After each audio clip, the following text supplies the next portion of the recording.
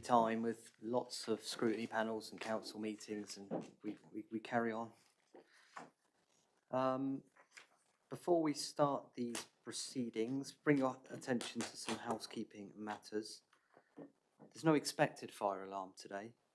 If the fire alarm sounds, please follow the signs to the nearest fire exit, and we'll meet in the Civic Square, as you're aware.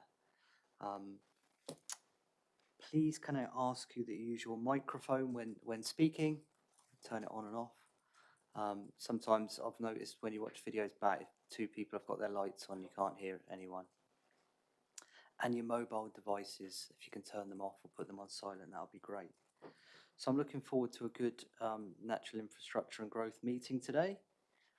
Just two items. I'm sure we'll do them justice in the time we've got. Hannah, any apologies today? Through you, Chair. We've received apologies from Councillor Sproston and Councillor Darcy. We've also received apologies from Councillor McCarthy and Councillor Penrose as substituting.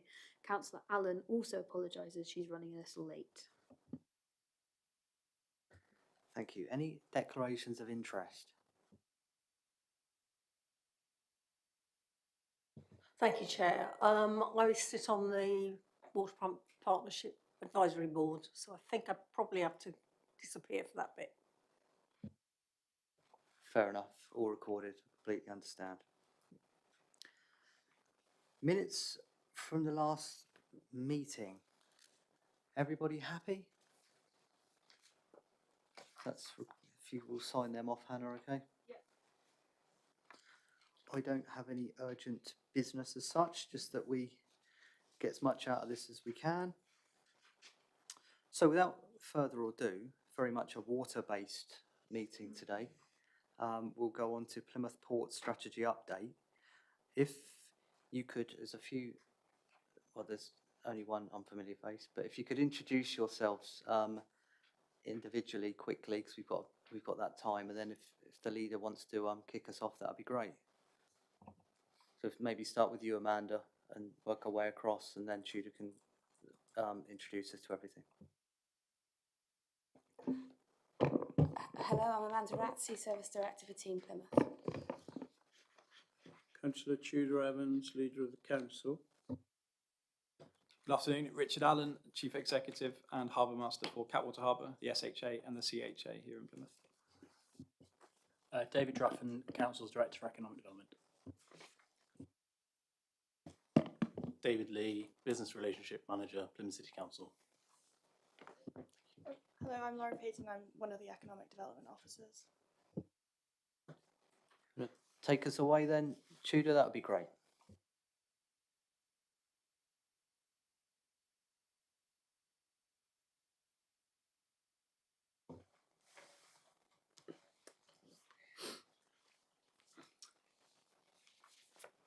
Sorry, I didn't mean to say I think, I meant I hope.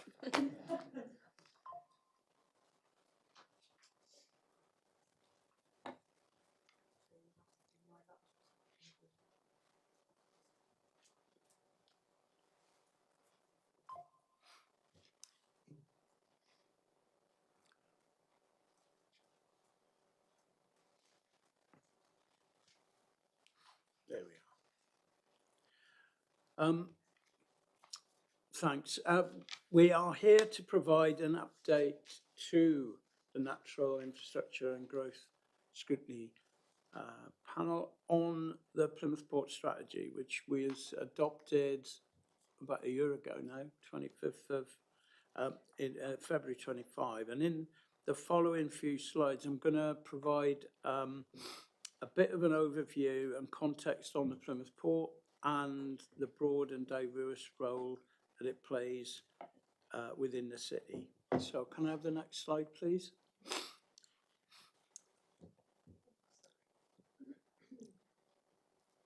Okay, so Plymouth Port's a complex ecosystem with a broad range of uses and users, including the defence industry, commercial port operations and leisure users.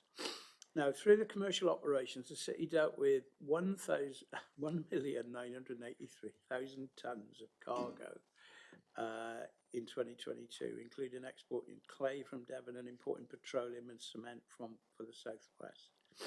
Brittany Ferries transported 116,000 passengers to Santander and 231,000 to Roscoff. Those figures from 2023. Now, we're also home to Turnchapel Wharf, which, as I'm sure you all know, is an ex-MOD site that's been transformed into a marine business park and is now a significant centre of activity for marine autonomy businesses. There are currently 22 businesses at Turnchapel, including Fugro, Ocean, Thales and Marine AI, among a myriad of others. And in the defence space, we are now home to, obviously, we know, to His Majesty's Naval Base at Devonport, which is the largest naval base in Western Europe. And for Plymouth, it's the largest land use that we have in the city, with over 650 acres of land, 4 miles of docks, all within its boundary. Now, the naval base houses about 10% of the city's total workforce and contributes about 14% of total GVA to the city. Can I have the next slide, please? Thank you very much. Now, alongside the defence and commercial users of the Plymouth port, the city is also home to a robust and recognised leisure offering, housing 1,400 gold anchor berths, which are the 5-star hotels of marine anchorage, so I'm told. And that's across a multitude of marinas within the city. Plymouth has a long history in hosting sailing events, including the Transat, Fastnet, America's Cup, more recently Sail GP, all of which set their events against the Plymouth backdrop because of its depth that it can offer the sailing community.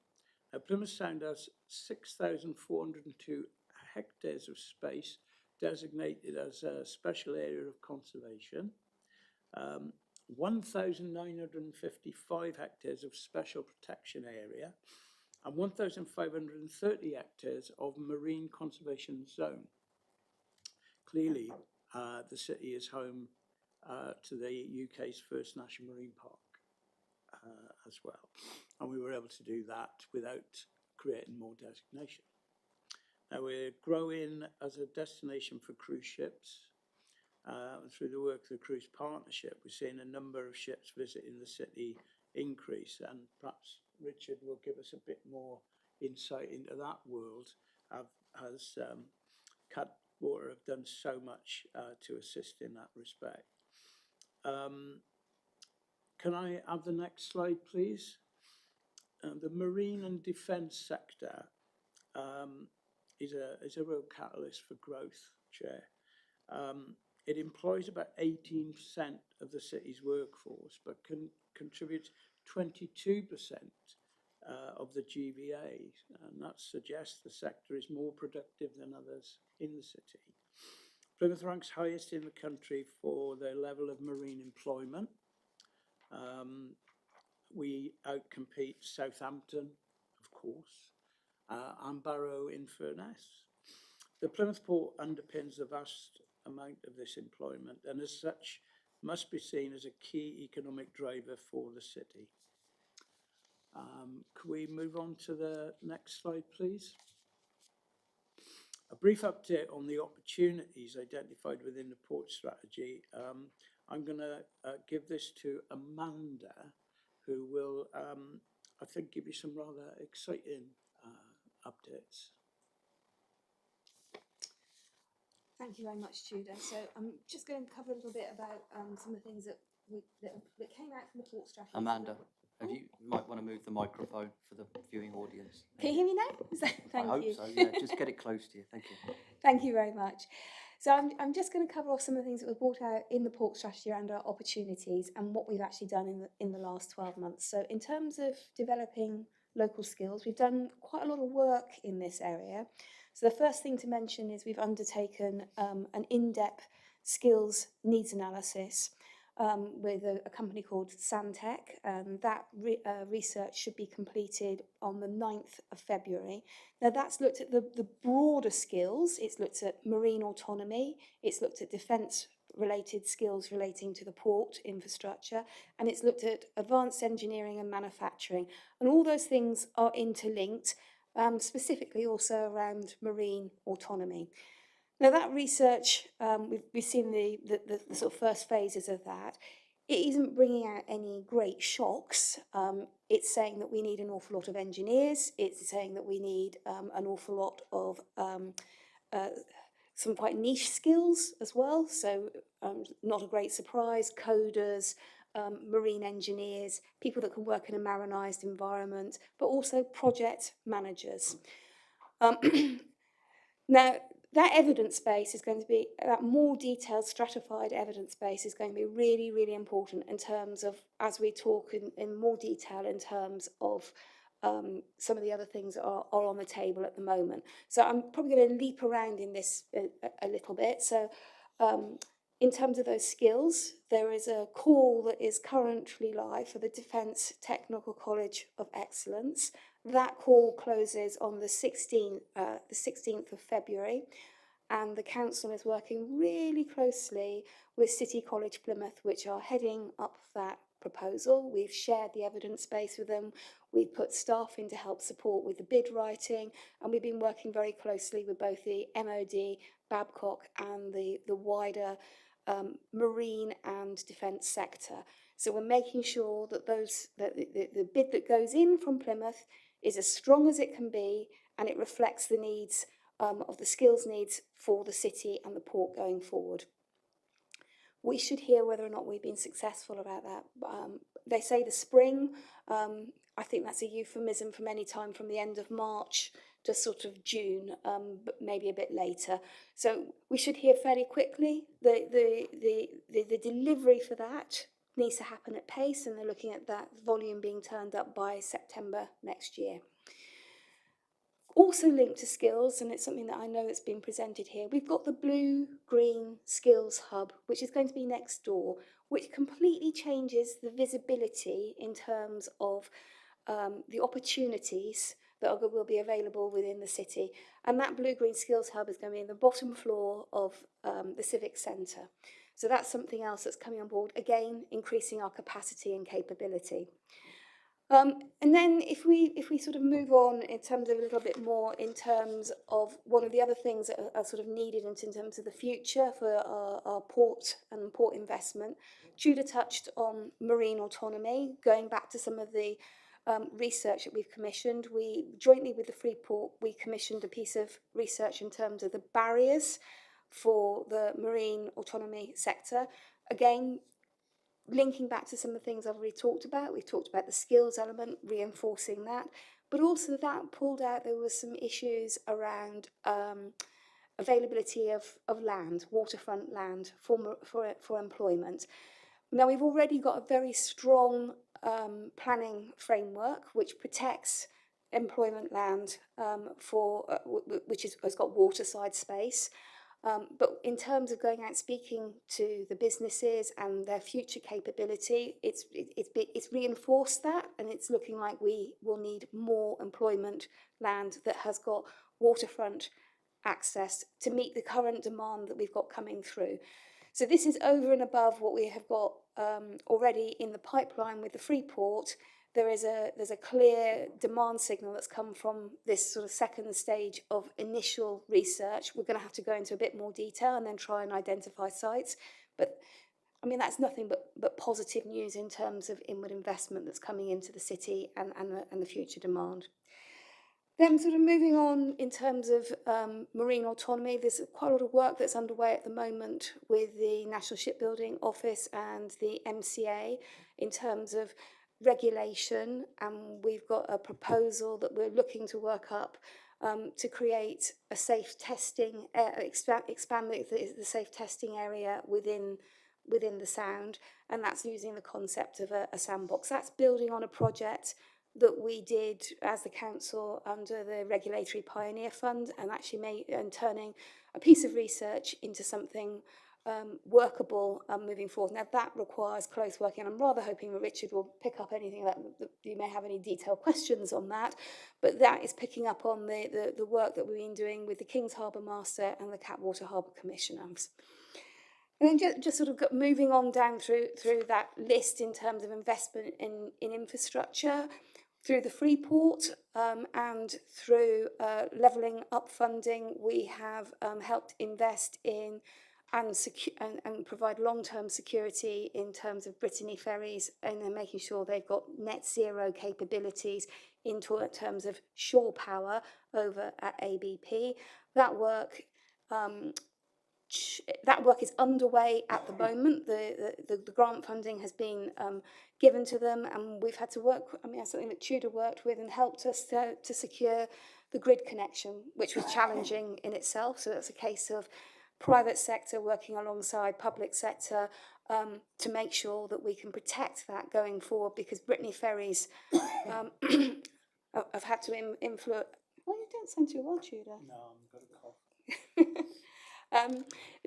Brittany ferries have changed their ships so that they need to plug in when they come alongside. So there's lots of positive things that are happening at the moment. And then we've got on this list here, foster communication and collaboration. And I think this is one of the things that we haven't had until we put the port strategy in place.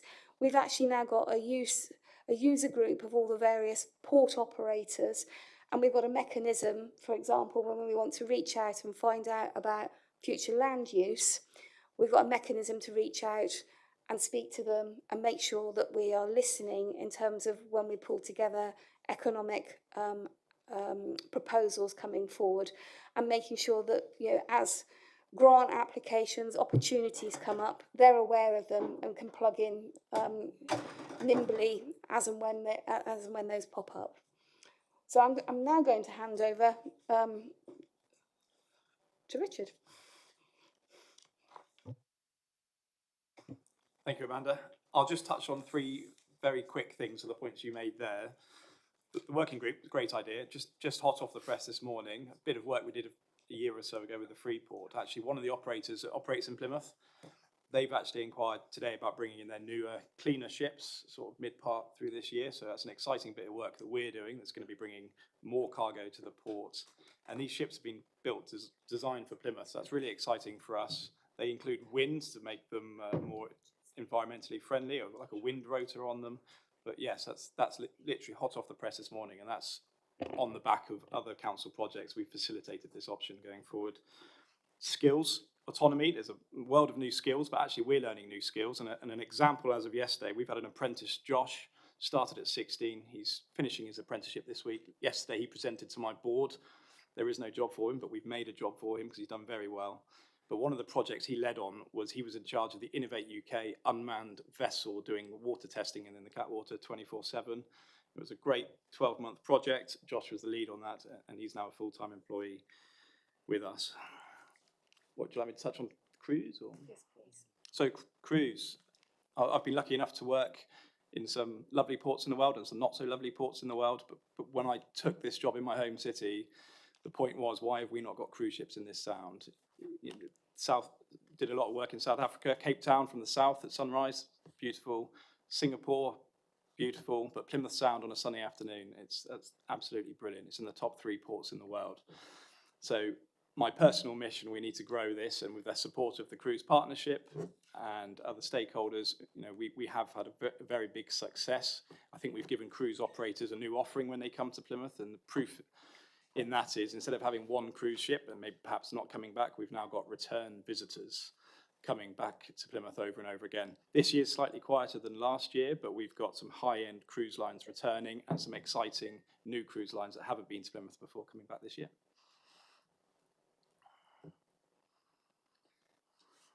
Okay. So I suppose we need to talk about our next steps, really. So in the port strategy, it said established a port coordination group.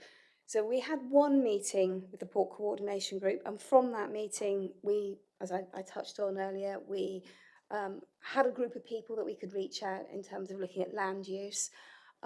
We're now looking at how we formalise that, making sure that they feed into the joint local plan, because the local plan, sorry, not the joint local plan. And we also need to look at the formalising of the reporting into the economic strategy, because we have got some port projects that are listed in the economic strategy, making sure that all the different projects have got some structure, they're reporting back at the same time. And we've done the first round of that, and we've put some AI into that functionality in terms of our reporting. And as that gathers momentum, we will continue to do that. So that will give us regular updates and actually some form of RAG rating as to how our various projects are moving forward. So we've got those two things underway. Ports are evolving, the pace of innovation is evolving, we're seeing opportunities as they move up, and we're working closely with the private sector. And I think some of the things that you can hear that are sort of emerging from the port strategy is the recognition of how important the port is for the city. And it's, if you look at any pictures of the city, it's more than half the photograph normally, and that says something about how important the port is and how important it is to the different facets of the city. It's really important for the naval base. We wouldn't have a naval base without the port element of it. It's really important in terms of our national connectivity. We wouldn't have a roll-on, roll-off ferry that connects us to France and to Spain. It's really important in terms of our innovation ecosystem. It's really important in terms of our tourism, and it's really, really important in terms of freight. And the final part of it is the fishing, which is part of our DNA. So in terms of the sort of future and how important ports are, we've moved to a place of recognising that importance, the importance of its DNA, and we're also moved to the position of making sure that we love and embrace it. And so that's why I think the port strategy is fundamentally a really important part. And that's hence why you've got such an array of people here, because we're all touching ports in one way or another. Yeah. Very impressed, Tudor, with your starting off doing the presentation. We don't often see that, so you're well immersed and hand it over to the team. Any questions?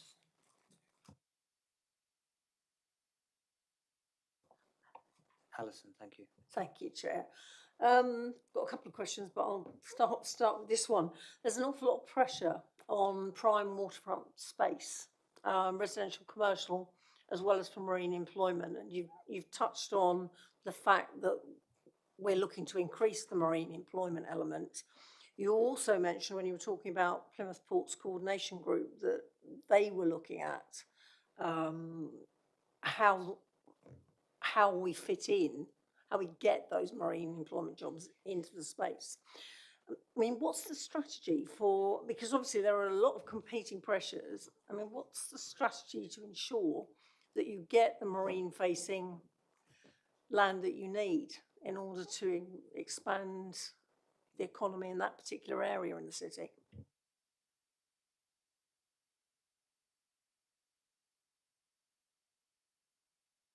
So, I mean, the good news is we spotted this opportunity or the need to protect this in the last joint local plan and the plan before that. So, in fact, I remember these were conversations happening when I first came to Plymouth in the 90s in the Catwater about protecting land for employment versus residential. So we've had a number of those fights over the last decade and won most of those fights. So I think we're in a good place, which is the land that is needed for the ports is already designated and already protected. And there are now conversations about growth, which is great because you can't, if you haven't protected the core, then obviously you can't have the growth. So there is a problem for employment land generally in the city because we've been so successful at bringing it forward.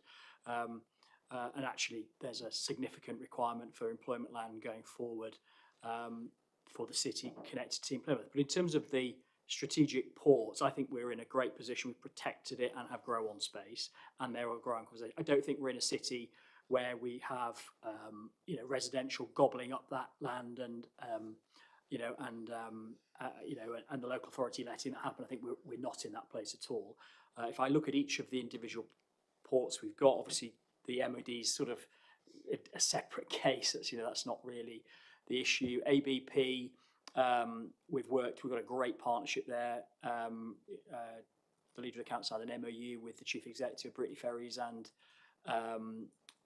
ABP a couple of years ago. That led to the 23 million investment and now the shore power. So we've got a shared sort of vision for that space. I think Sutton Harbour, it's really important to recognise that whilst the market facilities have closed, the port still has pretty much the same amount of fish landing. So we are absolutely committed to protecting that port as a landing. Landing and selling are different things. So the fishing remains really important, and I think Richard can much better talk for the ambition and for Catwater, because I know you're in a growth trajectory, aren't you? So I've been speaking to Amanda for quite a while about this, and we need space for autonomy. There's lots of businesses coming to Plymouth, which is great, it's employment, but equally I keep making the point that we need space for cargo, trade and freight. That's of equal importance, and we're turning away business at the moment to other ports that are taking it because we can't facilitate it. So space and infrastructure for shipping and trade as well as autonomy is both equally important for us and the city. The autonomy hubs, lots of jobs, high value jobs, but for the port's point of view, one job in the port, one direct job supports 7 indirect jobs. So that's also a key enabler to the city. We're looking at space ourselves. We're sort of diversifying and adding to it, but we really would like that recognition of the space, and we're actively looking and speaking to stakeholders now about what we can do with the space, use it better, and even the demand on certain cargoes is such that they're actually contemplating slightly away from the port. The secondary handling costs probably are still cheaper than Plymouth's cargo coming from ports hundreds of miles away down by road. I can just expand on one of Tudor's stats there. He said last year we did 1.9 million tonnes within the Catwater. So we sit within the dockyard port of Plymouth. We've all got a great relationship between the harbour authorities. In the UK, a major port is classed as anything over 1 million tonnes. So we're actually almost double the threshold for a major port. And some would say that's one of Plymouth's best or worst kept secrets. We've got a major port on our doorstep here. We're a port city. And people don't know, whilst we're sleeping, we've got ships coming in and out 24/7. There's the gateway to the southwest and then dispersing to business trade from Southway from Cornwall to Avonmouth. Plymouth is the gateway, and it's 24/7, 365 days a year. So I don't think the growth's a planning issue. I think it's about land acquisition and protecting those opportunities. So it's definitely not a strategic planning issue. But it may be, as land comes to market, securing it for the best uses. So it's probably a land assembly issue more than a planning issue. Just a short supplementary, if I may. Yes, thank you all, for the actual. There's an awful lot of positivity there, particularly about the demand for people to come into Plymouth and set up in Plymouth. So that's really encouraging. Also very encouraging to hear that the fishing key is still working and doing well. Could you explain just very briefly who sits on the Plymouth Ports Coordination Group at the moment?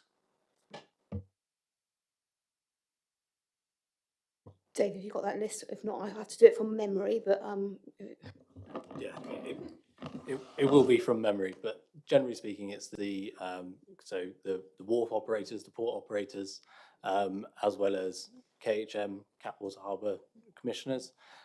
We have representatives from the fishing industry, and broadly speaking, as many of the kind of stakeholders that we can, we pull them into the room. So marina operators, so covering the kind of the broad breadth of uses within the Port of Plymouth. Big meeting, good chairing needed. Just following on from that, who does chair the meeting, and where's it held, and what's the frequency? So to date, since the port strategy launched, we've held one meeting of those. We've got plans to hold more, obviously, but ultimately we try and convene it around a real purpose. So it's not about just becoming a talking shop. So the previous meeting occurred as a result of the funding opportunity that became available, and that was actually chaired by Maritime UK Southwest at that point, because they were seen as quite a neutral kind of actor within that space, to coordinate activity and work out a way to bring various stakeholders' priorities together under one kind of umbrella, if that makes sense. So going forward, the governance of that group will kind of formalise much more so, as was kind of stated within the kind of the future next steps. And we would look to hold them as regularly as necessary without wanting to kind of interrupt the day-to-day workings of very, very busy people. Are you involved in that coordination, Dave, of the meetings and such like? I'm aware of the strategy. I was adopted. I'm not. I don't think I attend that meeting and chair it, but I've got huge confidence in Dave. I mean, one particular role I can tell you that Dave has done is been the face of Plymouth for the fishing industry interface, and I mean, is what is known on the quay. Presses the flesh. I mean, he may give you an update if you're interested about where we've got to with some of the bids for fishing in the campaign to support the quay. So I mean, Dave's absolutely out there. So I got complete confidence, and probably a better person to ask is Richard if the sector's got confidence in the council rather than me. So I'm probably Dave, slightly biased. when I said Dave, I was speaking to Dave, Sorry. not, Right, sorry, not you. So you, right, that's So, explains it. yes, very much involved in the kind of the coordination of that group, and as necessary, as I say, when the governance is more formalised, we'll establish a chair. I think we'll put it out to the group as to who they want to chair that going forward. We won't sit next to each other in future just for confusion reasons. Dave Lee, we're in good hands with you. I know you're very good at that governance stuff. Thank you. Councillor Goslin, please. Thank you very much, Chair. Probably the greatest civil maritime investment opportunity that's going to arrive in the next 10 years will be the development of the Celtic Sea floating offshore wind developments. The government announced the final preferred bidders back in November.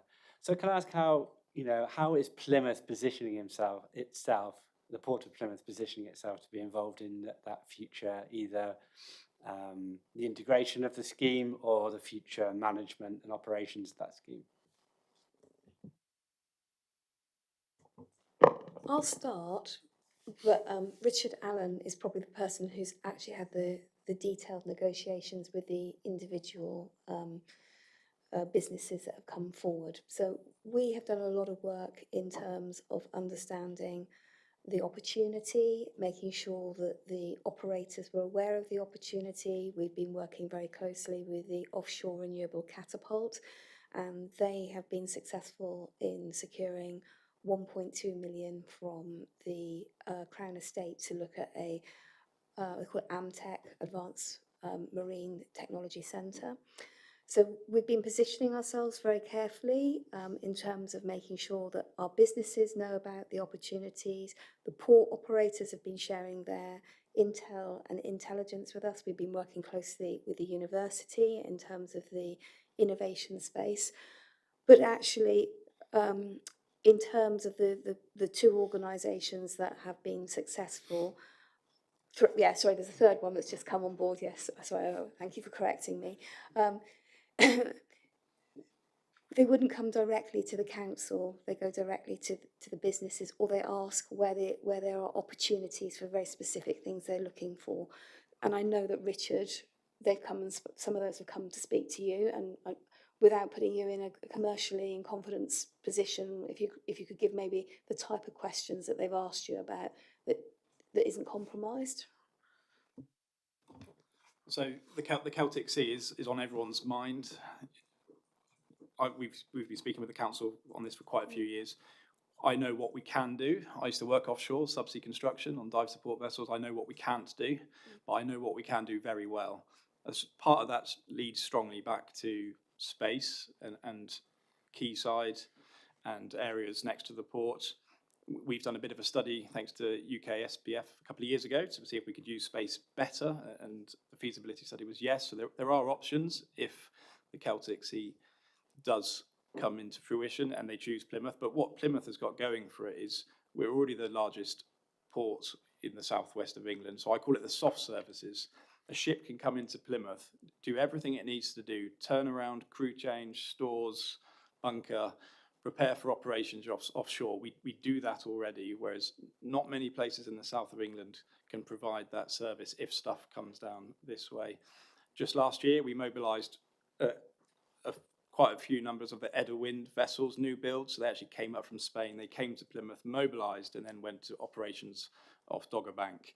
So that was great for us, exciting for us. A couple of the councillors came down to the ship to see how the hydrogen propulsion systems were working on board. But for us to have those brand new build ships working in the offshore wind industry, mobilising in Plymouth, was a big feather in our cap. So we know what we can do, and we know what we can do for the next step. But I'm also realistic. We don't have the space of certain places in South Wales and Ireland, perhaps. But what we can do really well. What we did a bit of a strategy on this to make sure that we were very clear about what we were looking to try and attract. So we haven't got a scattergun approach. It's more of a forensic sniper rifle. So we were looking specifically around surveying, particularly maybe looking at autonomy, if the regulations will allow us to do that.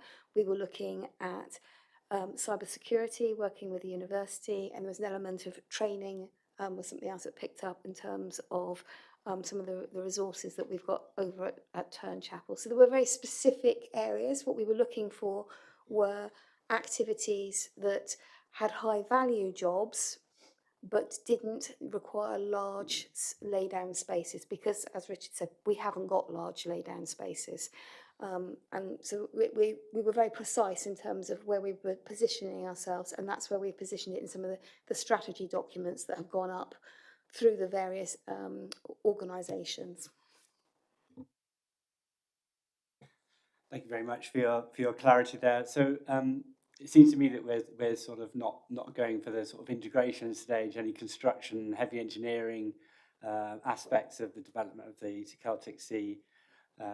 We're more looking for more specialist roles around automation. I mean, do we have the facilities? If we, because construction is one thing, maintenance and an organisation of the continued project is another thing, and that's sort of long-term, decade possibilities. Have we got the facilities there to support maintenance ships and onshore facilities to help maintain that offshore facility, or are we just... So I think we have to remember that we've got limited land and it's very high value and very high productive. We've got a lot of other uses that are very high value. So we want to cherry pick the bits of the Celtic Sea that fit with us, which I think is what's been described.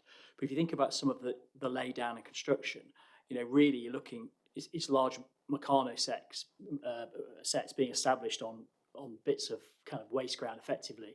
We don't have that. We don't have large amounts of low value land because they're all highly productive and being used. So, and actually there's probably not that much value in that part of the supply chain. So we're really happy that we've carved out that high value niche that plays to our strengths, which is the real added value piece. Whereas I don't think you're going to see, Eiffel Tower sized assembly in our city because we're a little bit busy with submarines and other things like that. So I think we're in a really good place and playing to our strengths. A lot of cities are saying we're going for everything, probably because they haven't really understood what they are and what their strengths are. I think we're in a much better place. And Amanda's held 2 conferences. We've done all that analysis. So now we're in a really supportive place. And those tenders, those ITTs that you mentioned, Plymouth was named as a place.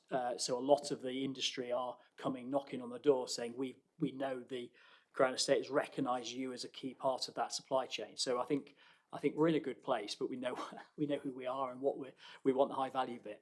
I think we're unashamedly so. Councillor Penrose. Thank you, Chair. In fact, Councillor Rainsford's question and your follow-up question was really what I was interested in.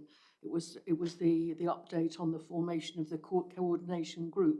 It was simply that in the text that you gave, as well as the presentation, the last paragraph about communication and collaboration just created a tiny anxiety that some of the groups weren't alongside. I just wanted reassurance that this group is succeeding in bringing everybody alongside with the same vision.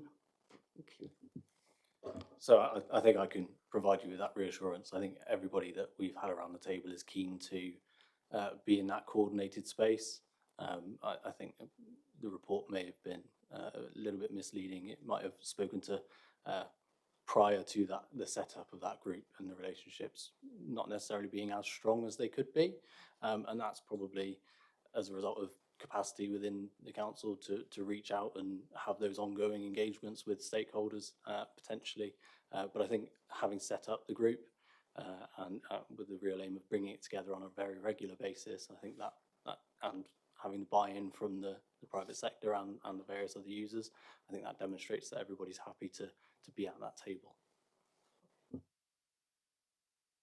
Councillor Holloway. Thank you.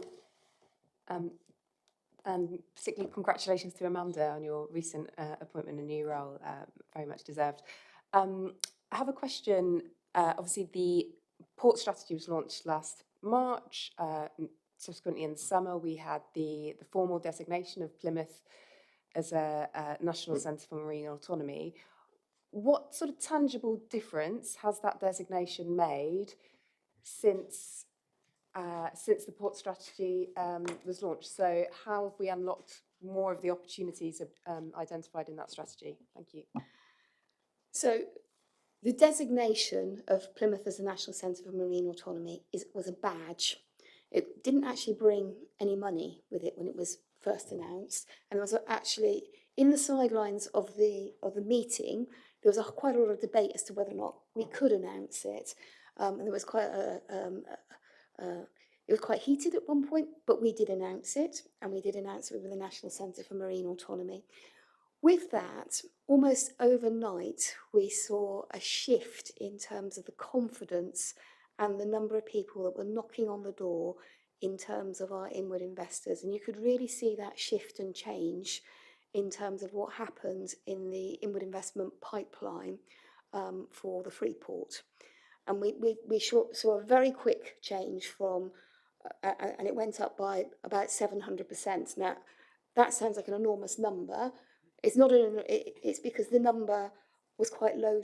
Was lower to start with, and then went up. But what's really important is these weren't people just knocking on the door. These are very key businesses, some of which have actually landed and are already in the city. So one that's been very well publicised is Helsing. And when we asked Helsing why they were looking at Plymouth, because they were looking at two sites, they were looking also outside Portsmouth, and they said, because you are the National Centre for Marine Autonomy. So the first thing to sort of mention is there is a very, very clear alignment in terms of the private sector investment. The second thing which happened, which the MOD were already looking to do, they were already looking to agglomerate some of their marine autonomy expertise through a division that's called SALMO, but they've actually added to that.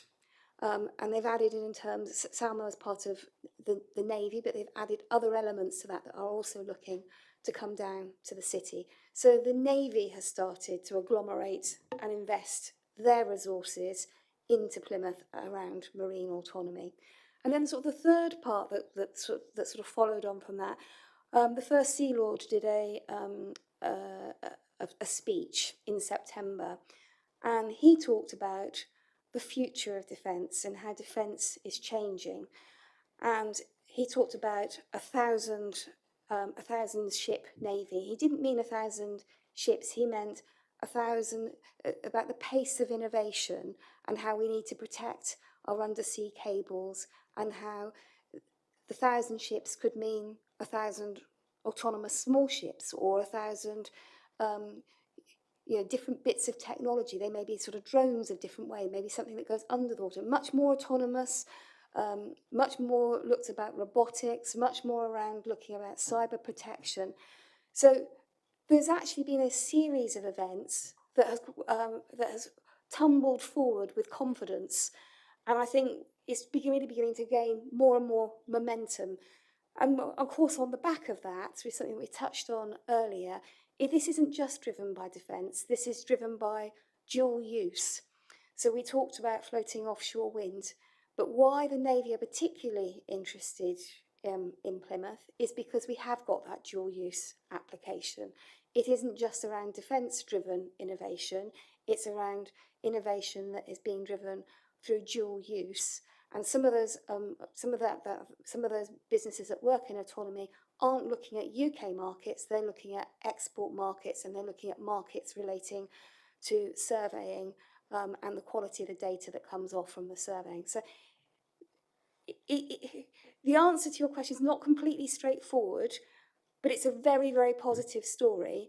And I think it's gaining more momentum and traction as we see things move forward.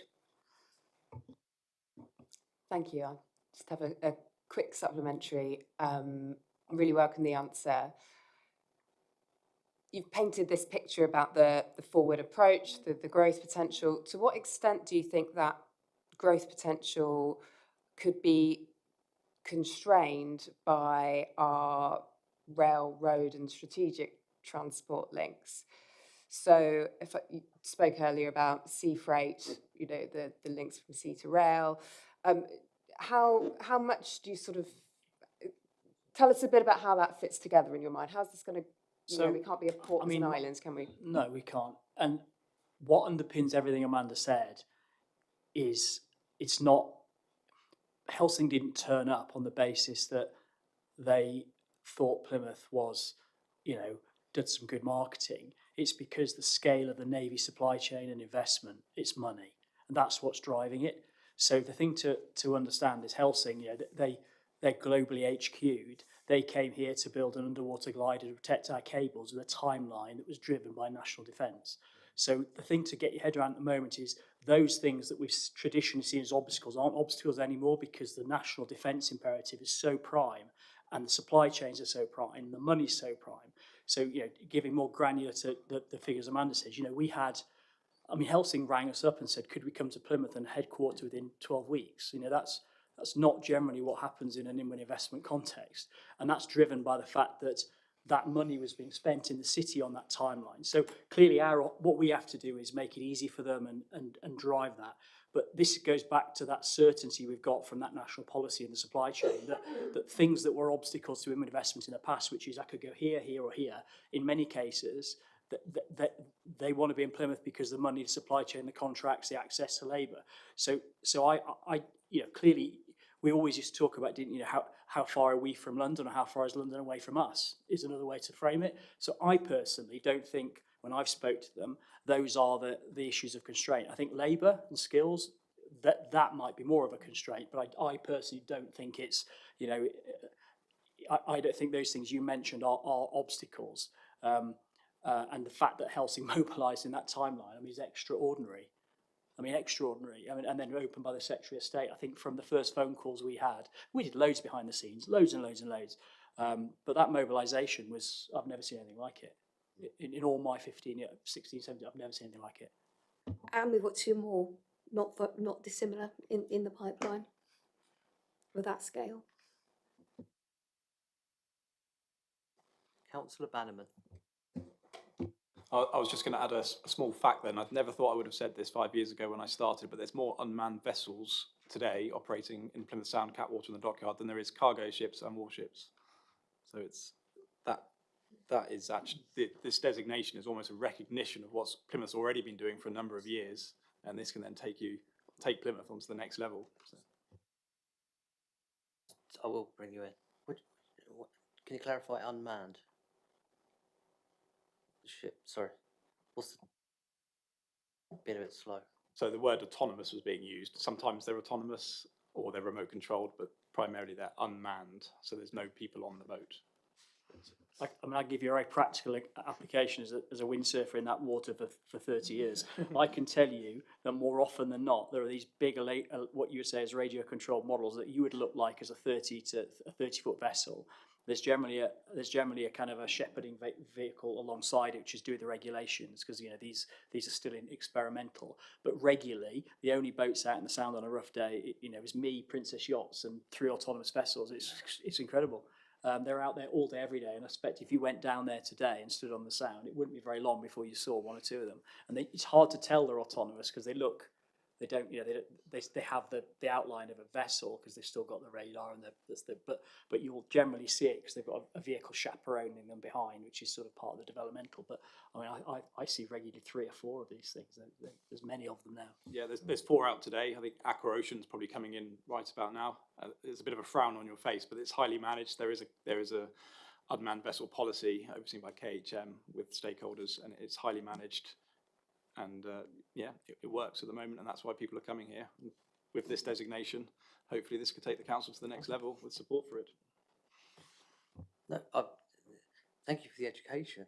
I just didn't know that. It wasn't a frown. It was genuinely like, wow, I will be looking out for that now, and I'll be looking at things very differently when I'm looking out to sea. So thank you, Councillor Bannerman.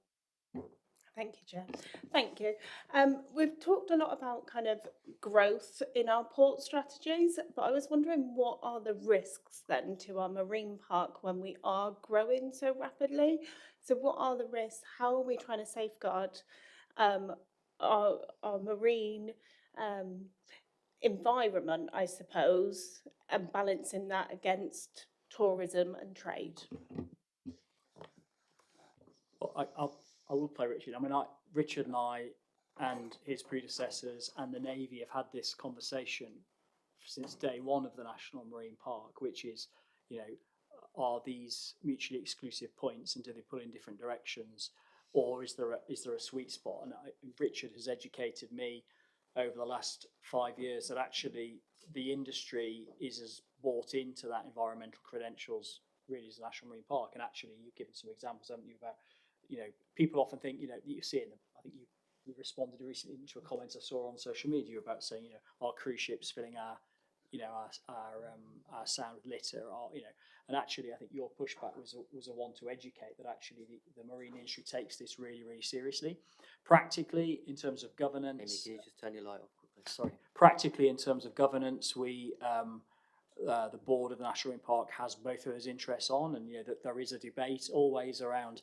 If the basic way I look at it is that we all make our living from Plymouth Sound, and if it degrades, it doesn't really matter, does it? We're all going to have a less living, so that's what we're trying to do. And the thing to bear in mind is the protection that we have in the Sound. These 4 or 5 designations are the most you can get, and we don't need more of it, and they're being done really, really well. But I think the marine sector's got a really good story to tell, and it's not about, this conflict of interest isn't as obvious as actually you think. And Richard might talk to that point. Yeah, like David said, Plymouth Sound is one of the most highly protected waters already in Western Europe, if not Europe. Tamar Estuaries Consultative Forum is responsible for overseeing that. What I would say to yourself and colleagues, do come and spend a few hours with us, because I'd happily show you a chart. Because when you look at Plymouth Sound, people tell me that ship's at anchor, they're ruining the seagrass. But actually, if we spend a lot of the time looking under the water, Plymouth Sound is a working port. You've got designated, maintained areas when there's actual areas for seagrass and kelp, and it's all carefully managed by KHM, ourselves, and all the 4 harbours. That ship that's at anchor will be in a designated area that's maintained at that depth. They're not touching any of the environmental stuff. And that ship is so highly regulated under MARPOL. And the cruise ships, for example, we hear that quite often. Every cruise ship that comes into Plymouth, I always, in advance, quite often I know people on board, can you just send us an information pack on the environmental credentials of what you're doing on board? And it's useful for me. I know what they're doing anyway, but it's useful for me to have it in my back pocket when I get asked officially to say, actually, this is what we're doing. People say about the air quality, but Plymouth's in a sulfur emission controlled area, so before any ship even passes Falmouth, for example, if it's coming from the west, it has to switch to a clean fuel. They use scrubbers. We don't allow open loop scrubbers in the port, so there's no discharging into the Plymouth Sound. But please do spend a few hours with us. It's happy to explain more to anybody. Councillor Rainsford and then Councillor Smith to finish. Thank you, Chair. We've got an awful lot of coastline. Quays, piers, wharves, bits of sea wall. Some of the infrastructure there is quite old, and we are seeing increasing incidents of extreme weather and damage. What are we doing to ensure that we are resilient going forward, so that we don't lose great chunks of our sea wall, ideally?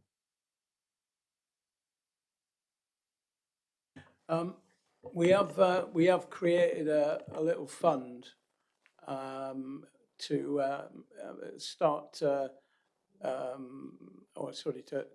better upkeep our fragile seafront. And I think, you know, the recent storms always bring it home just how violent it can be.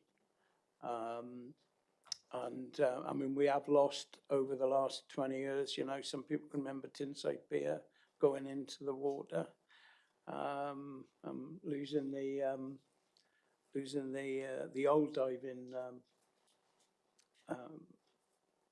issues. And I would say to you that you know, the storms that we've had to deal with lately have been amongst the most violent we've had in decades. And so I'm pleased that we're starting to address it properly by making some money available to do it. You got some details you want to share, Glenn? Thank you, Leader. The only thing I was going to add to that is we are in the process of commissioning a new asset management strategy, and the foreshore, particularly the parts of it that are in the ownership of Plymouth City Council, they were important in that asset management strategy, but already this year, as we've seen, we're seeing more frequent extreme weather, and I think that is rising up the list of importance that's reflected in what the leader was saying about money being made available, but that will be an issue for that asset management strategy to address. Thank you for just a quick ask of Richard, if I may, because Richard, one of the first things we did when I was elected was we walked along and we chatted about infrastructure issues, and we've obviously heard about the City Council's element. Can you talk about what you're doing in terms of resilience along the Catwater bits? Yes, it's a risk for us as well. So commercial wharf, for example, that's a massive risk, but you know, we'll take that on. We work with our stakeholders, so what the council have experienced, other people have also experienced the same in the Catwater, but because it's not council, it's not as well publicised. So it is a problem throughout the waterfront, and everybody from council to third-party stakeholders, commercial stakeholders, are all having issues with waterside. Credit to yourself, you know, we identified a few points early doors, and you managed to get them rectified quite swift. That was excellent. A small, quick fix stopped the bigger fix. So thank you for that. But yes, it's a risk for us as well, and we are planning for the future. You know, the British Ports Association are doing a lot of work with how to manage the new weather systems that are coming in and hitting ports, and there's a lot of stuff with consultants. Everybody's learning at the same time as the council. We face the same risks, and we've just got to try and preempt the damage, I think. Councillor Smith. Thanks, Chair. I just wanted to touch on something Amanda said about the skills needs analysis that you did. You mentioned that there were some quite niche skills in there that we required. Do we have the capability and the capacity as a city to deliver that training at the moment? And also, if we're successful with this bid for the Centre of Defence Excellence at College, how will that change the capability and the capacity that we have in terms of training, and hopefully make us less reliant on people being trained elsewhere and then coming here? So yes, there are some very niche skills that are coming out of that, but there's also some quite large numbers. I'm having to rely on memory here, but some of the niche skills were something called nuclear cleanliness physicists, which I think is people that check the nuclear levels within the naval base. So quite niche. There were, so in terms of how we train those individuals, some of those may have to, they may, and they're quite high level skills, so they may have to be recruited in. And in order for us to recruit people in, it goes back to that ecosystem. We need to have the right skill, we need to have the right homes for them, we need to have the right, it needs to be a fun place to live and work. It gets into that whole discussion about the whole ecosystem, which David was talking about earlier. So there are some which are niche, very high level, and probably quite experienced, and there are other skills which we need to sort of grow our own. And I'll give it an example on some of the grow your own, some of the engineers. So that's about working with the university, it's around working with City College. And we, you know, our initial work is showing that we don't have enough of them. And in order to get more of them, we need to do exactly what we're doing now, which is look into the future, work out how many we're going to need each year, then work out how long it takes to qualify, to become, to get the right skills, knowledge and experience, because you can't just suddenly become a systems engineer. It takes you at least 4 or 5 years to qualify as a systems engineer. So you've got to work backwards, and therefore we need to work with industry to understand, and we need to work with the supply side in terms of both, you know, City College, the university, and then how they work with their wider partners. So we're mapping that. That's a piece of research that I was talking about will be coming out in about around the sort of 9th of February. We actually commissioned that piece of work. I started thinking about that piece of work a year ago. The lead times on doing this sort of work is quite a long time. So it's about thinking forward, looking at what's involved, and then working across multiple partners to make sure that we've got the right data and evidence. Councillor McLeese. Thank you, Chair. There is some climate mapping that shows huge parts of Plymouth seafront, including the dockyard, will be underwater by 2050. Obviously, we're piling a huge amount of investment, job opportunities into this part of the city. What sort of resilience planning are we doing to try and counteract? Obviously, can't plan totally for the future, but would be keen to hear your thoughts. Well, I think I can tell you at a high level the people who could answer that are in Paul's team, and it's a specific work stream under CAT, as you probably will know. But certainly we have statutory duties to do that resilience work you've described, and you're right, it also it shows that we do need to think about it long term, and that will be a fundamental key part of the local plan and the associated infrastructure plan that sits alongside it. And I know that will be scrutinised extensively over the next couple of years, but I don't know if you want anything beyond that, Glenn. So I mean, if that's something you wanted on your work programme, you know, going forward, I mean, you will, the local plan inevitably, but you know, that connection, infrastructure, environment, HRAs, and the future of our plan will be a fundamental conversation for all cities, and particularly coastal cities going forward. Okay, thank you. That's been excellent. Really appreciate that. It was a good hour or so discussing something so important to Plymouth. Richard, we'd love to take you up on your offer there to spend a few hours with you. We're trying to be more immersive as a panel. We've done a few visits this year, Tyneside and Devonport. If you can liaise with Hannah, and we could just set something in the diary, and whoever can make it, and that would be great. If that's okay. Really appreciate that. Thank you for your time. We move on to the next item.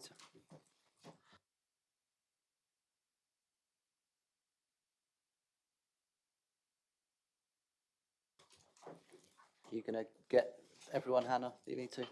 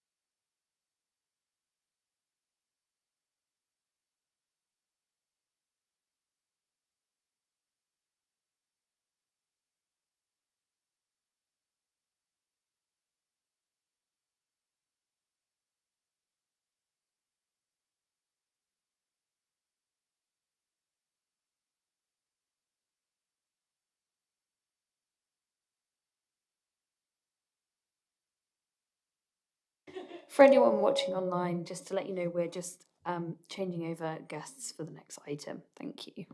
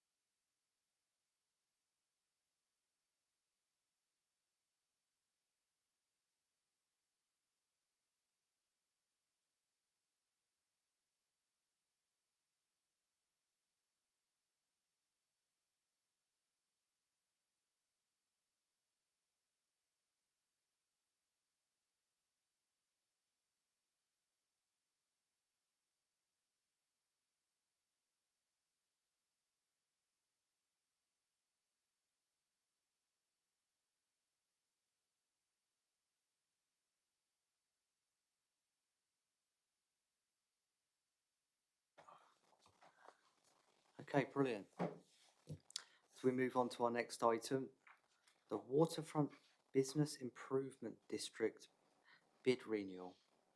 Welcome everyone. If you just want to do some quick introductions, and then we'll who'll be leading on this? Would it be you, Sarah, or Tudor? Who's going to do the intros to the item? Tudor's got a short intro. Sure. So just quickly go, and then Tudor will kick things off. Thank you.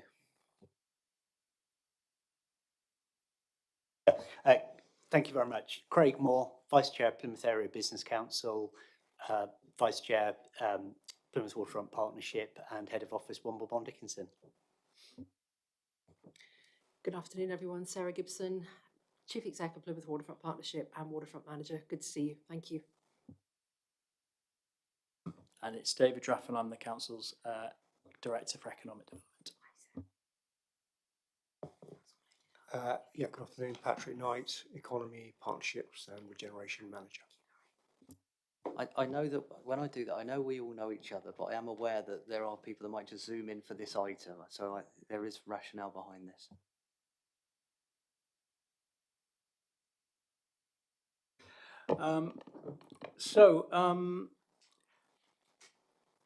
I'm sure you know this, but Plymouth has a proud and trailblazing history with business improvement districts. We were, I think, an early adopter, it's fair to say, back in 2005. I'd say we didn't just join in, we actually led it, really. We were the first bid in the UK outside of London, which is something. And then in 2012, we doubled down with the creation of the waterfront bid. A massive area, actually, when you think about it, quite audacious. And we've had, a number of admirers and imitators follow our lead ever since. So what draws us, I think, as a council to bids is true now as it was then, which is they're democratic. They empower the businesses who pay for them, and they tackle real world problems head on. If you like, partnership, purpose, and progress. And look at what that mindset has delivered. Flavourfest, Seafest, Pirates Weekend, they're not just events, they're part of Plymouth's identity now. They started life in our bids and have grown into pillars of the city's cultural calendar. With the city centre company securing its renewed mandate, it's now time for Plymouth Waterfront Partnership to go to ballot. So let me be absolutely clear. This council values PWP enormously. They're essential to keeping our waterfront the crown jewel of Britain's ocean city. And it's that world-class coastal setting that will attract the new talent and the new residents that we need. We've talked about a lot around here, especially with the unprecedented defence-related growth heading our way. So if we get the 2027 to 2032 business plan right, and then PWP won't just be a partner, it's going to be a driving force, bringing people into the city,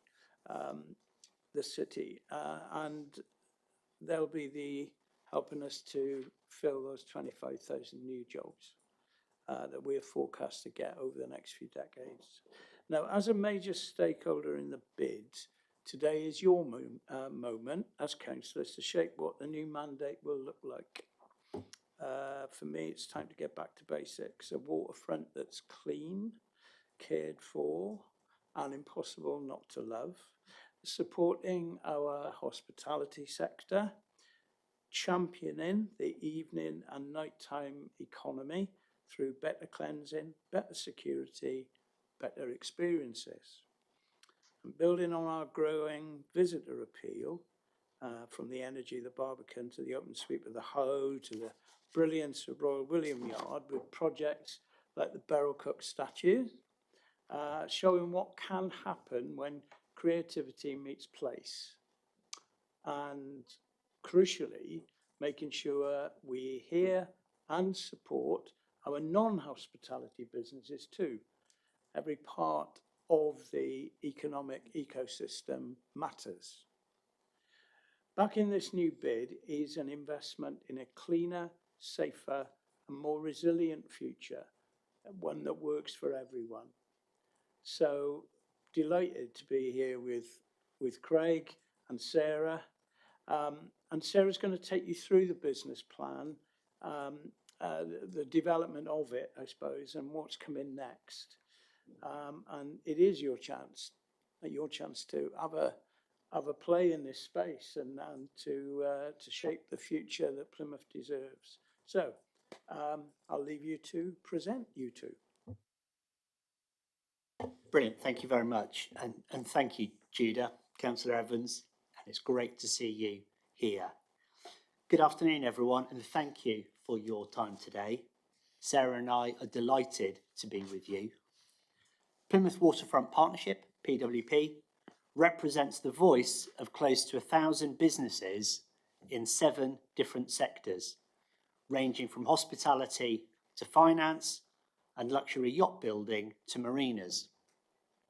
With a 24/7 and 365-day-a-year economy, which encompasses the primary visitor-attracting waterfront locations within our city.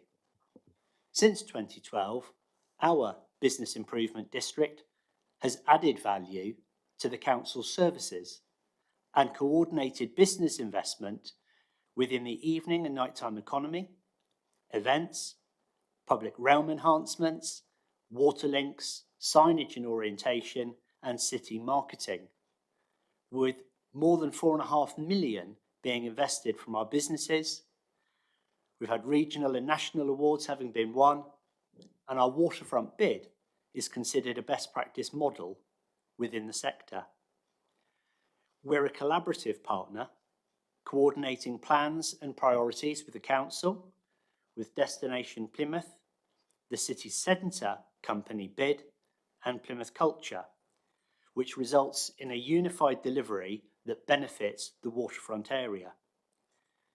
We deeply value the council's support for the bid and investments within the waterfront bid area. Today we invite you to help us to shape a new unified plan for the waterfront. We want your ideas to blend with those of our own business views, and together we'll shape a delivery plan that best supports this city's exciting growth. From a personal perspective, I've had the privilege of being brought up in the city, being here for over 50 years. What we all know is that our waterfront is world class. It differentiates us, whether that's its history, its natural landscape, or the future. We want to make the waterfront everything it can be for our current residents, our future residents, and also for visitors. And I'll ask Sarah to share with us the business plan development and themes which are emerging so far. And if it's okay, we'll then turn to you for your ideas. Thank you, Craig. Thank you, Tudor. We've got a few slides for you now, everyone. So I'm going to draw your attention to the screens around the room. We're going to take this through relatively quickly, but there is a lot of text, so I do apologise for the amount of text. But just to sort of remind you about some of the things that we do. Sorry, there it is, slight delay. Getting nervous then, Hannah. So just some of the images on the screens there about some of the things that we do and draw your attention to. So most recently we won gold for the planting schemes that we've introduced to the waterfront area.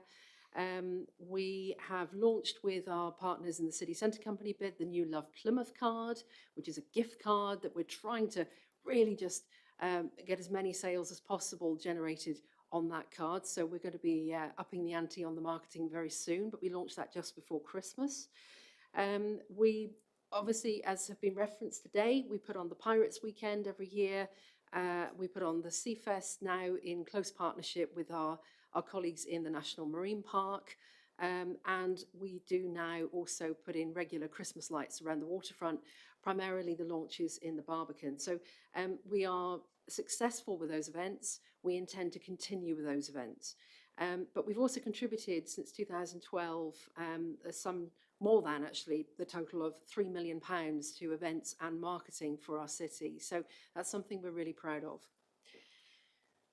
Just to remind us of the area that Tudor referenced, it looks very large. It is large. I will just stress that the blue water we don't actually look after.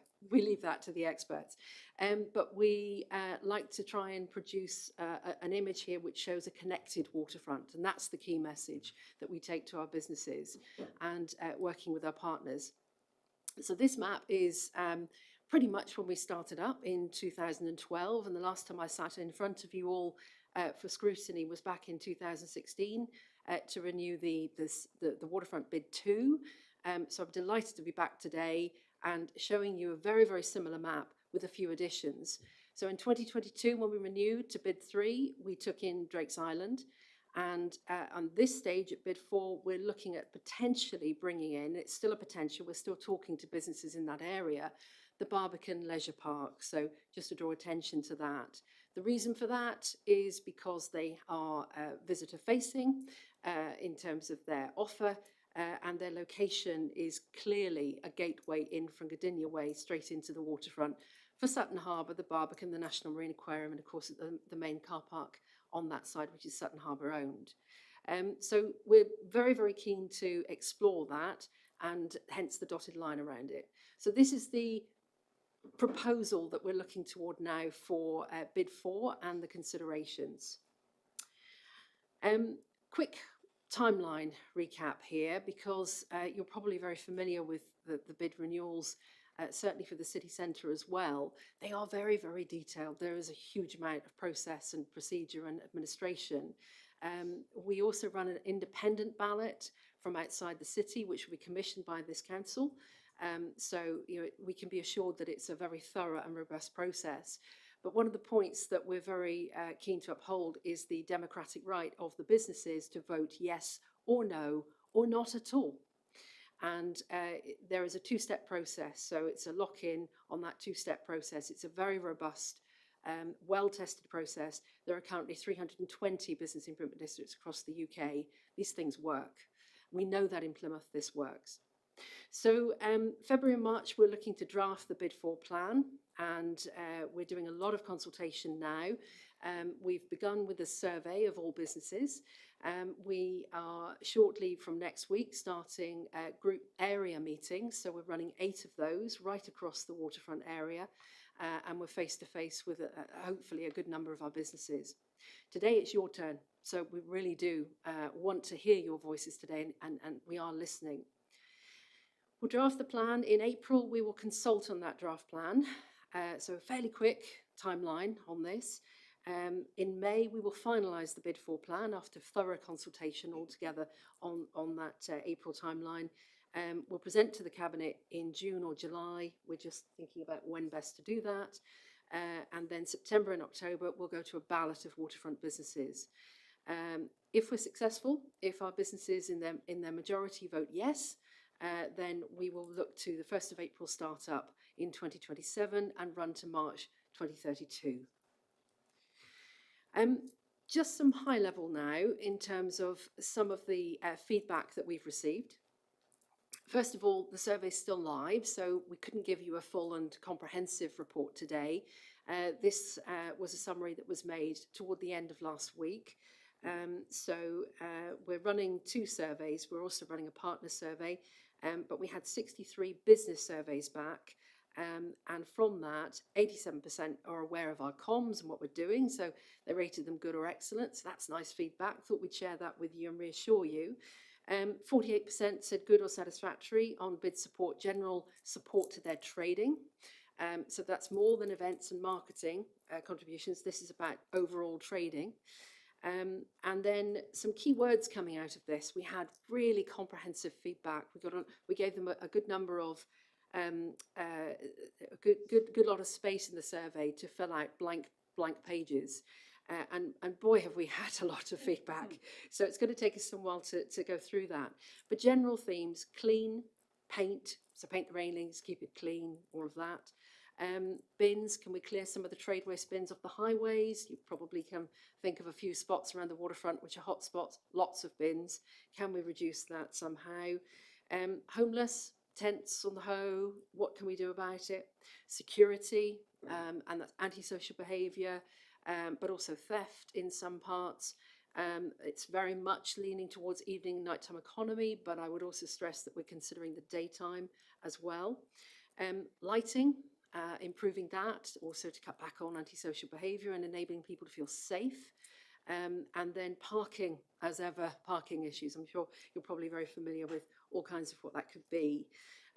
Some of the event ideas that are coming back, jazz and blues. Can we reinstate the jazz and blues? Bring back a lovely music event that would appeal or have a wide-ranging appeal. Sailing.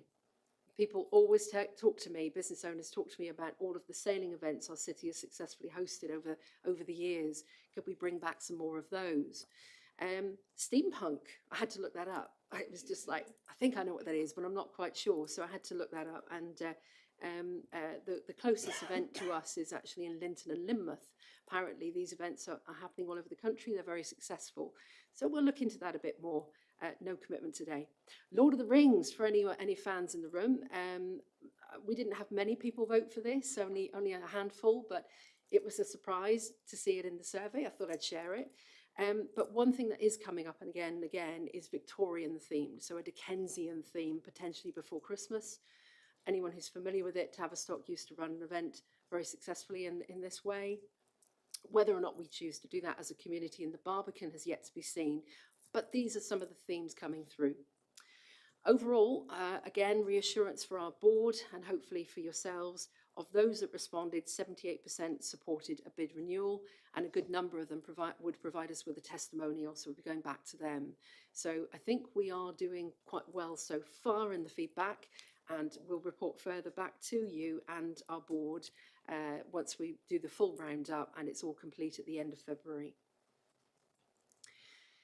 So draft themes and emerging projects, really it is back to basics, just like Tudor said. And I think we've got to get back to basics in the public realm.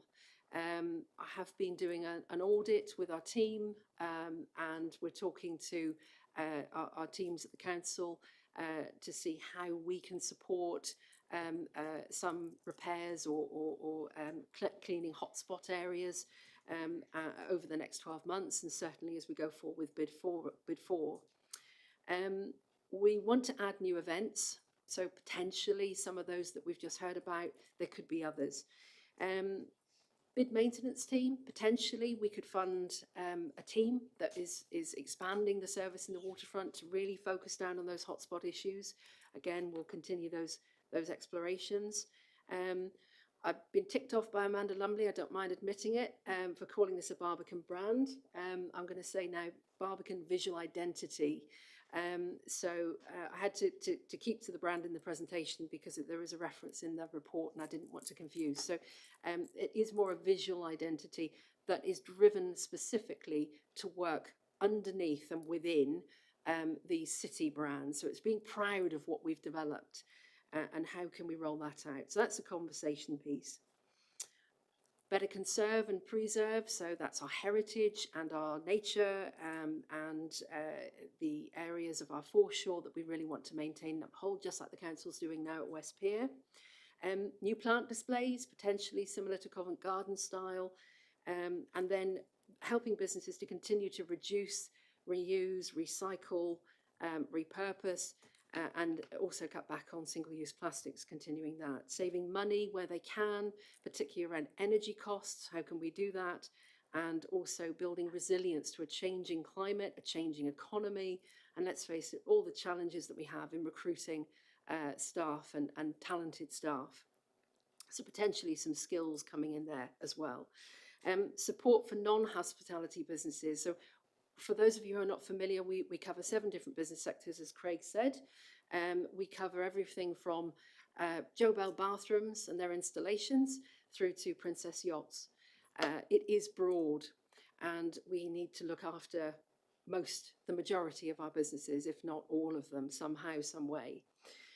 So some of the themes coming out of that and linking through to the 3 themes of the National Marine Park, we've utilised these to frame at the moment. So these are working titles. So place, people and planet. The first being place, with vibrant and regenerative waterfront, enhancing the business trading to support the city's strategic strategies and policies, the growth that we've referenced already in the presentation today. So we'll be thinking about this and then structuring and aligning projects underneath this theme, potentially then bringing that forward in the draft plan in April. People, the vibrant culture, day and night. So evening nighttime economy is very, very clear in terms of the feedback so far. We must look after that, and I know that Tudor's very keen, and having talked to David, also very keen. So I think that we'll find some symmetry there. In addition, the daytime, just yesterday we were talking to the park representatives, and we're looking at ways that we can really enhance that and roll that out much more across all of our waterfront businesses where it's relevant to do so. I've also got to pull out cruise in here. Cruise, working with Destination Plymouth and Associated British Ports. We're very, very keen to support and enhance the welcome for visitors. 8:30 on a Sunday morning when it's a bit damp, there's no one around. What can we do about that? How can we improve that welcome and that sense of animation in the place? So we're having those kind of conversations. Moving into planet, environmental excellence is where it's at. So we want to support the Plymouth Plan for Nature and People. We want to support the brand that's been reimagined, as a reference just now. We want to boldly position the importance of our blue and green to uphold this world-class environment that we have. And it is absolutely incredible, and we need to obviously do our bit to support the council's work and efforts there to uphold it. Obviously, the engagement with and support for the UK's first Plymouth Sound National Marine Park. We're extremely proud of that accolade for the city, and encourage and will enthuse our businesses to actually really get involved somehow in that going forward. And of course, we'll champion the Green Tourism Scheme. So the question for you all, after that little quick canter through, is for waterfront bid 4, what is it that you think we should be including in the new plan? Thank you for listening. Thank you, Sarah. That was great. If you could go back a couple of slides, there was some bullets on percent. Who's operating the? Sorry. Yes. There was percentages on satisfaction, and yes, one was 48%. Yeah. So 48% say good or satisfactory, and then but 78% say they then support the bid renewal. Yes. How does that match up? How does it match up? So where we find some challenge is that we have created largely a visitor economy bid. But as I've referenced, we have 7 different business sectors. So the difference for us is trying to understand how we can better support, I'll use Princess Yachts as the example, or Joe Bell bathrooms. You know, how can we support them? And I think it's very much about the animation of the place, creating a place for people where they want to be, where they might want to relocate and live, how we can support them with their skills development and plug into the city's offer now. And the challenge that we face, Chair, is that we have a good wealth of support amongst a number of our businesses, as that 78% bears out. But in terms of supporting their actual trading, there's a distinct difference. Whilst people might support the bid and its efforts and their will to have a Pirates Weekend for their family and so on, what we don't touch yet is their actual trading performance. Now, there's an argument, should we have to? Do bids do that? Or is it more about the place and the public realm and the animation of a place? And there's a conversation of how bids are evolving nationally as well. So I think we have still a clear distinction in that area. So I'm not surprised by that distinction that we're seeing, but it is something we're mindful of and want to work toward closing the gap.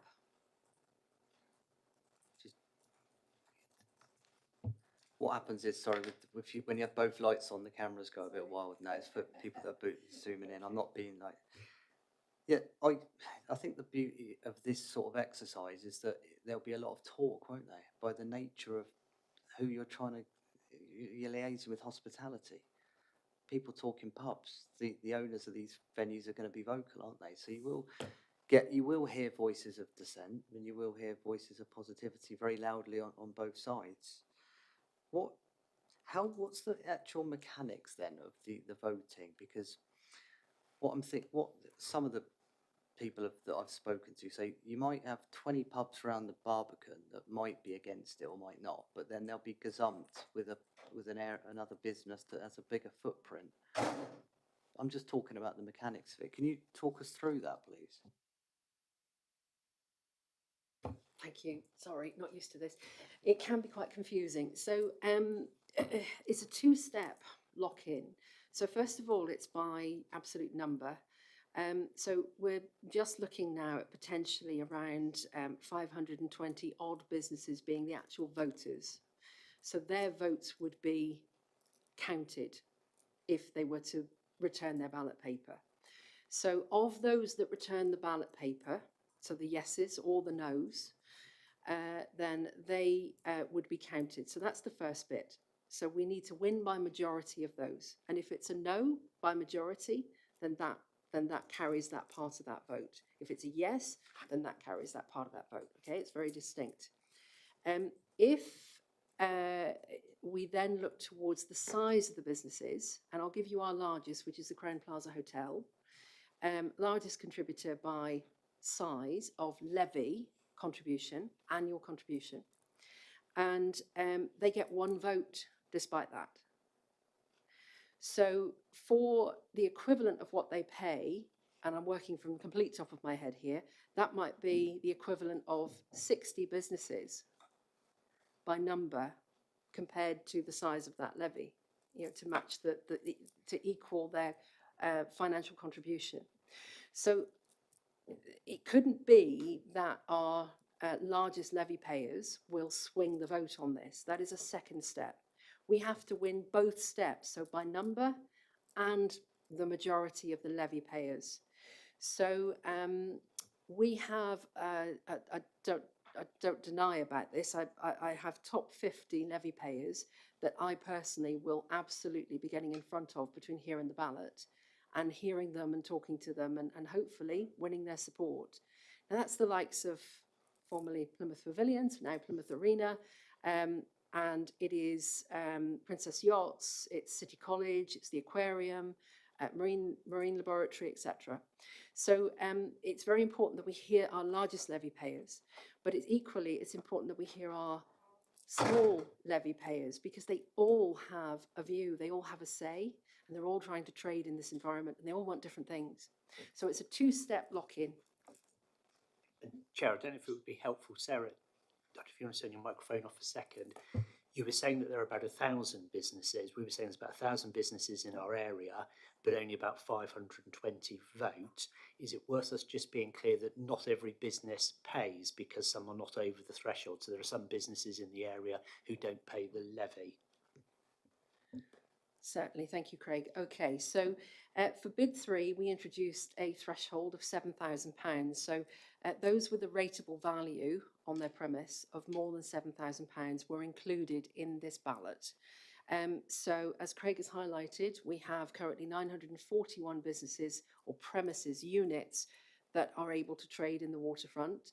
Around 90 of those are empty, the remainder are operating. So of that number, we have 560 premises which currently vote in bid 3. For bid 4, we are considering, with the new 2026 rateable value list that has been in the press this week again, that we increase that threshold to £9,000. That will reduce the overall number to around, on the bid 3 modelling, for that boundary without the Barbican Leisure Park, that would be 511 businesses. So we reduce the head count, if you will, the number of votes. But we still represent. So practically, what you're saying is to go and collect levies of £70 or £90 is de minimis. So there'll be a threshold at which you won't collect it, and that's effectively what a lot of bids do. Just because the admin of collecting £20, £30 is the same value as the money you get. And I think that's the decision that most bids are making these days. I mean, I think just to understand the council's role in this. So bids in legislation are a partnership with the local authority and the businesses. So clearly there's a process Sarah has to go through. It's really important that councillors recognise the process the council has to go through as well. And therefore, it's this is not just a one-way street. So the businesses can say X, Y, and Z, but also the council. And then the council's role is it has to agree the baseline services that exist, so that there's not substitution. And then ultimately at the Cabinet, there's a contract signed between the two. So one of the things that I think it's just important to restate, Steve, is Sarah needs the council's views as well as the business's views. So that's kind of really important that you have that space. Thank you for it, and I like the way you speak. So you always just straight up and you say it how it is, and that we like that. I think the fear is that the sort of small businesses feel that it's just a done deal and that their voices are lost. You're assuring me that doesn't happen. I see what you're saying with the Crown Plaza having the same vote as other businesses. That's reassuring. Oh, it's a big issue at the moment. I raised it with Judy yesterday, but with pubs and hospitality and the business rates and all the rest of it. What's the sense at the moment with having to pay the extra levy, because it really is, every penny does seem to count at the moment? So far, this is not coming to the fore of the conversation. The conversation is centering on what would we do if we carry on with a bid 4 proposal. I'm sure this conversation will come to the fore. In terms of where we would land, we will base a bid 4 document, a plan, on the 2026 listing. The key for us will be where we place the threshold. If we feel that our business community will back it, then we will probably stick to the £9,000 threshold. The next decision for us is what percentage of levy to charge. And again, we will be very open and very transparent, but we will start consulting with our area meetings, face-to-face with business groups on that very note. So If you would like, I'm happy to feed back to this panel in due course. That'd be great, because the actual figure on the percentage of the levy is vital. What is it at the moment? 1.7%. That generates, at a 95% collection rate, which is the average that the council achieves for us, and it's brilliant, that is £345,000 per year. I will be frank and say costs are increasing all over the place, particularly with our events and our marketing costs. So to remain at 1.7%, perhaps with a more ambitious plan, would not be realistic. So I will be talking to our community about, our business community, about increasing and exploring that with them. But how much is tolerable, I think they have to determine. Brilliant. It's good to tease that out. It's fine margins. And thank you for coming. If we can get that recorded, Hannah, that be an ongoing conversation. But you having these conversations, you're going to tease it out. So thank you. Councillor Goslin. Thank you very much, Chair, and thank you very much for coming and explaining to us the Big Four. I'm a huge fan of all the events that are put on the waterfront. I think they do add a lot of vibrancy to to the Barbican and the waterfront, and they bring a lot of people, give people a lot of reason to come to Plymouth and visit the fantastic facilities you've got there. I also very much, as a huge fan of the kneading line, that's something there for the old folk in the room. Very much a fan of Victorian events. I think it really draws on the history of Plymouth and the waterfront, and also that was filmed in the southwest. I know it's set in Liverpool, but it's filmed down here. But anyway, on another front, so you talked about maybe the need to increase the levy. So currently it's linked at 1.7% of business rateable value of the rate. So it increases in line with those, presumably year on year, for the duration of the bid. No, it doesn't? No, we would fix it. So it would be fixed. Sorry. It would be fixed. So we wouldn't be increasing it every year. So once we create the plan and go to ballot, that would, if it's voted through on the two-part lock-in, then that would be fixed for 5 years. So how do you then cope with? Obviously, you mentioned that you've got inflationary issues and the fact that costs increase for 5 years, but your income stays fixed. How do you cope with that sort of decline over 5 years of income, but increasing costs? Very carefully. It's all about the plan. We have to do as much scoping as possible, and in a sense, it's nailing our colours to the mast, and we have to then stick to it and make that work. I won't deny, here we are in the last financial year of our current bid, and it's very, very tight. So we have to plan accordingly and do the best that we can. But it is always wise that we fix and we're fair to our community, so there are no surprises for them in year 3, year 4 or year 5 of a bid. That would be unfair. Thank you. Councillor Penrose. Thank you, Chair. Yes, thank you so much. That's really exciting. I don't think what I'm going to say is completely irrelevant. You can tell me how it fits in. But along the Hoe and up and down towards the Hoe, the most exciting and energetic days are when you have the marathons and the runs for life. And I don't know how many there are, but there must be at least half a dozen, if not many more, of that sort of energetic participatory event, which obviously brings the whole of the city or people from all over the city. So, I mean, it's obviously the waterfront has so much, but it's owned by all the city. So it's how do you convey that sort of importance for the well-being of the whole city in the bid? So in terms of the physical activities, we're meeting next week with the organisers of the Santa Fun Run to see whether or not we can bring that back. There are challenges for us with the local community because it will require the road closures and that disruption.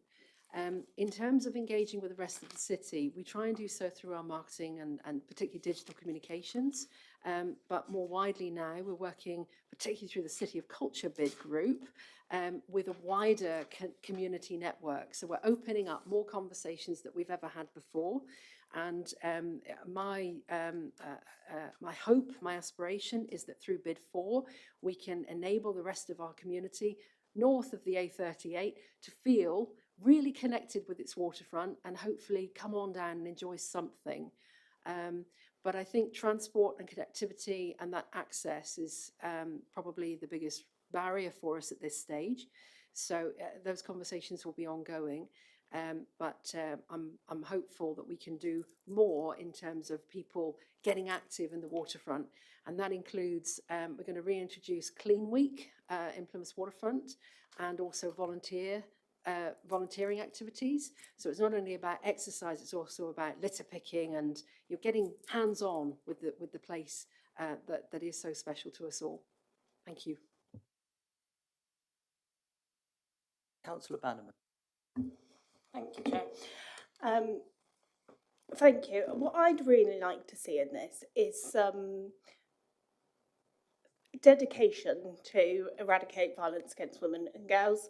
I will not be the only woman in this room who have unfortunately been sexually harassed while being in our vibrant Barbican, surrounded in security and police.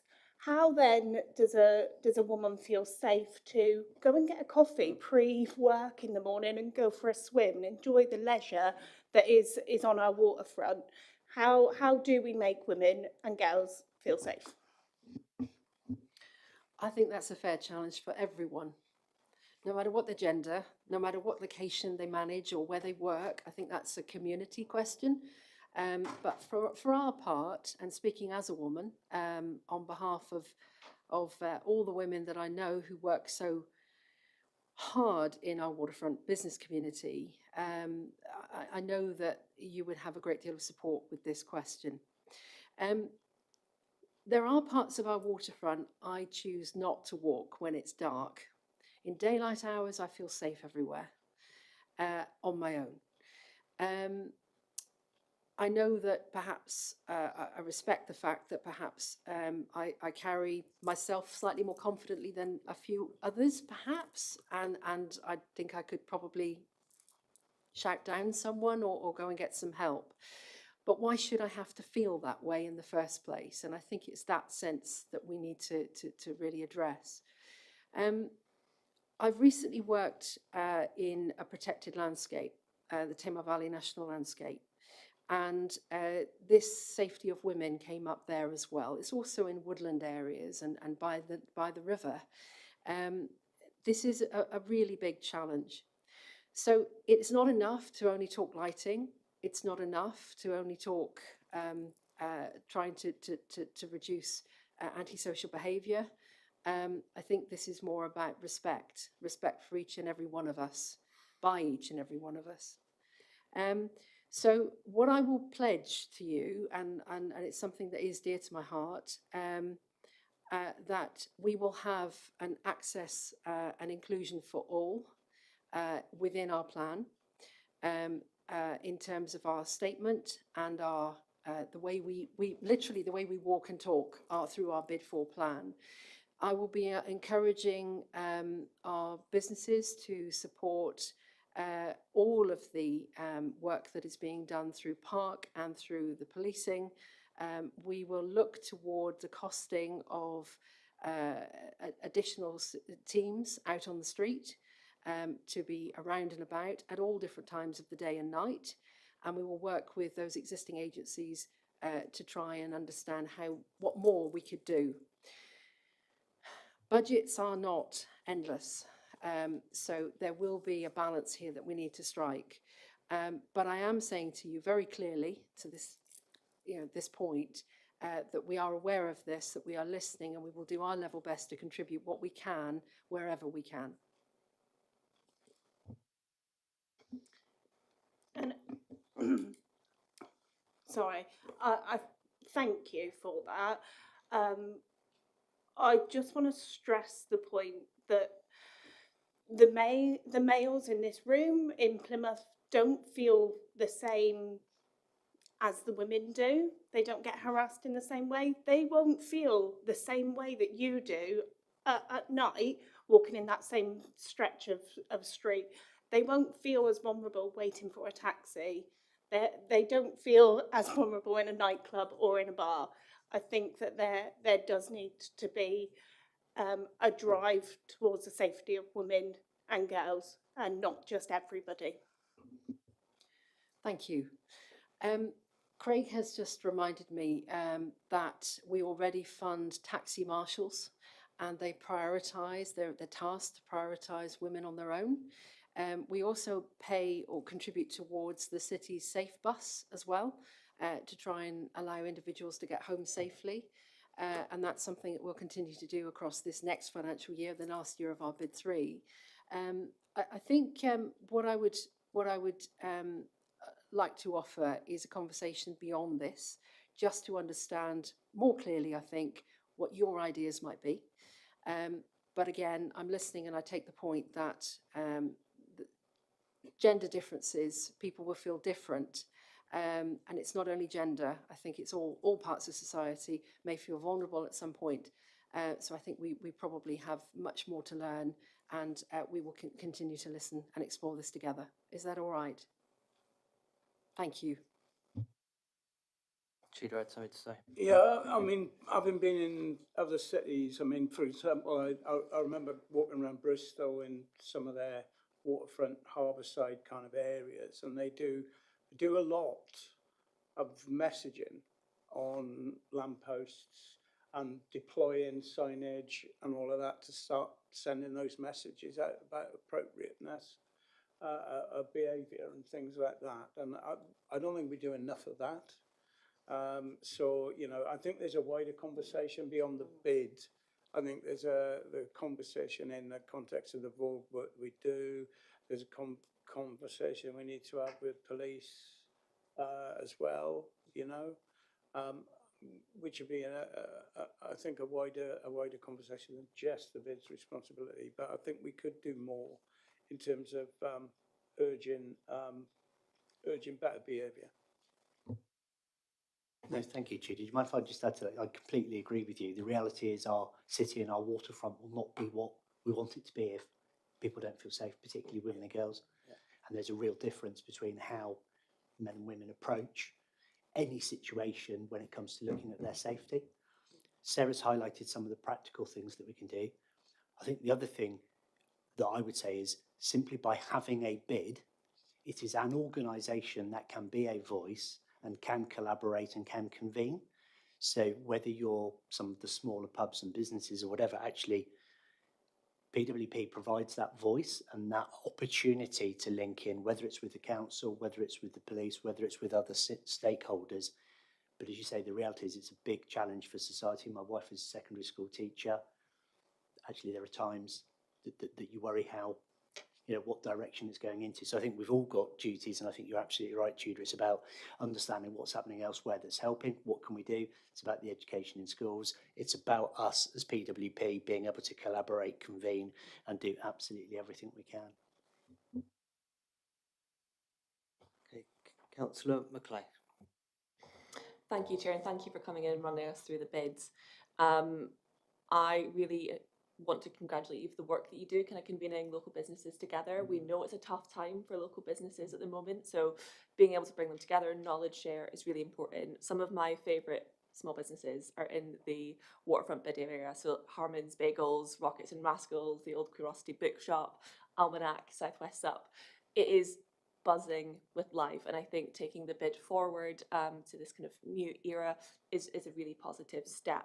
One thing that I did want to pick up on is kind of a question more than what do I want to see included, is a stat that we've lost 200 businesses in the period of 2022 to 2025. How have businesses in the waterfront bids been impacted by that? I also noted, Sarah, that you said we have 90 empty shops in that kind of bid catchment area. How has that changed throughout the last kind of bid era? And then what I would like to see, I guess, included in the next section of the bid is perhaps kind of looking at bringing back the night bus, perhaps working with partners to see how that could be facilitated, and also potentially looking at some sort of sustainable business conference. We know that businesses are dealing with huge amounts of escalating costs at the moment. How can we help them with that while still ensuring that they're kind of working towards net zero and sustainability goals? So with the, thank you for your questions. With the units, the 90 or so empty units that we have today are not all retail units. They're warehouses, they're small pockets dotted around, a lot of historic properties that need a great deal of investment to bring them back into life. It is something that we're aware of. It is something we want to look at, and we've actually spoken with a member of Patrick's team to understand how we could take forward a programme of work to identify spots to open. Some of the areas in the foreshore, Tinside Cove, so on where we have swimmers going into the water there, we've still got some empty units. So they're examples. In terms of the regeneration of our waterfront, Plymouth City Council has done an enormous amount of work with partners to energise the area and reopen businesses or units. The example for us I'll uphold is the Royal William Yard. And there we still have a number of empty premises which bolster that 90, but many more have been brought back. So since this bid started in 2012, I know of at least 60 businesses that have opened from empty shells. Now, I've been away for 5 years, so I need to refamiliarise myself with the area and identify where others may have opened up. But one thing that the bid is very good at is supporting those businesses who are in their infancy, so new startups. And we signpost them, we direct them, we support them, we hold their hand in a way. And we're a very small team, it's not many of us, but we have extensive partnerships, and through partnerships we can support. So that's how we do it.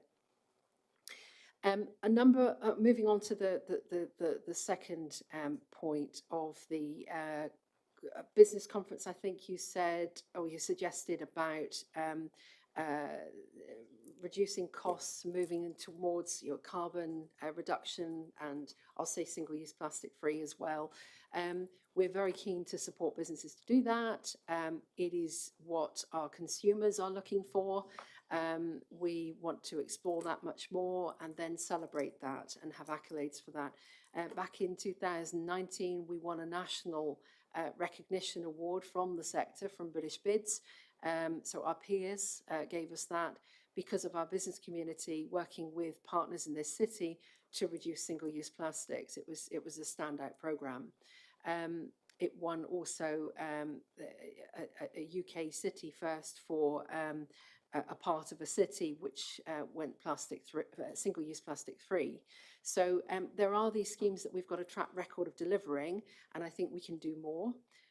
But we would need to work with our council colleagues and partners across the city to encourage our businesses to look towards the solar panels, S-was heat pumps, and try and make savings therein.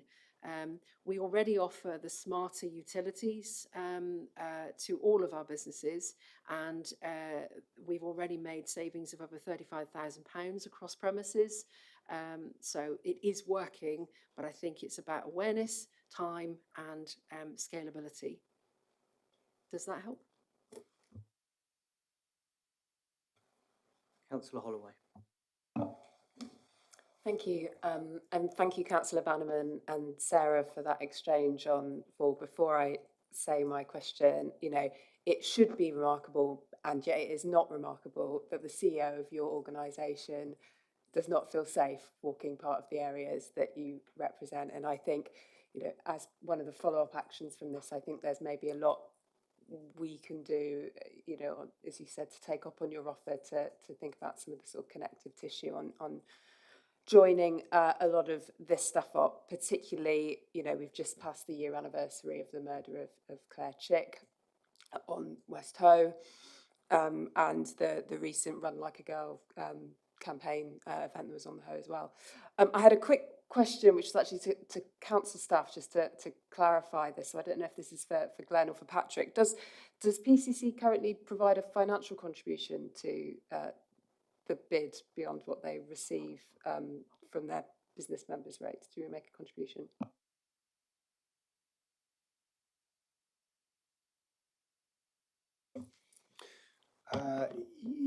We do,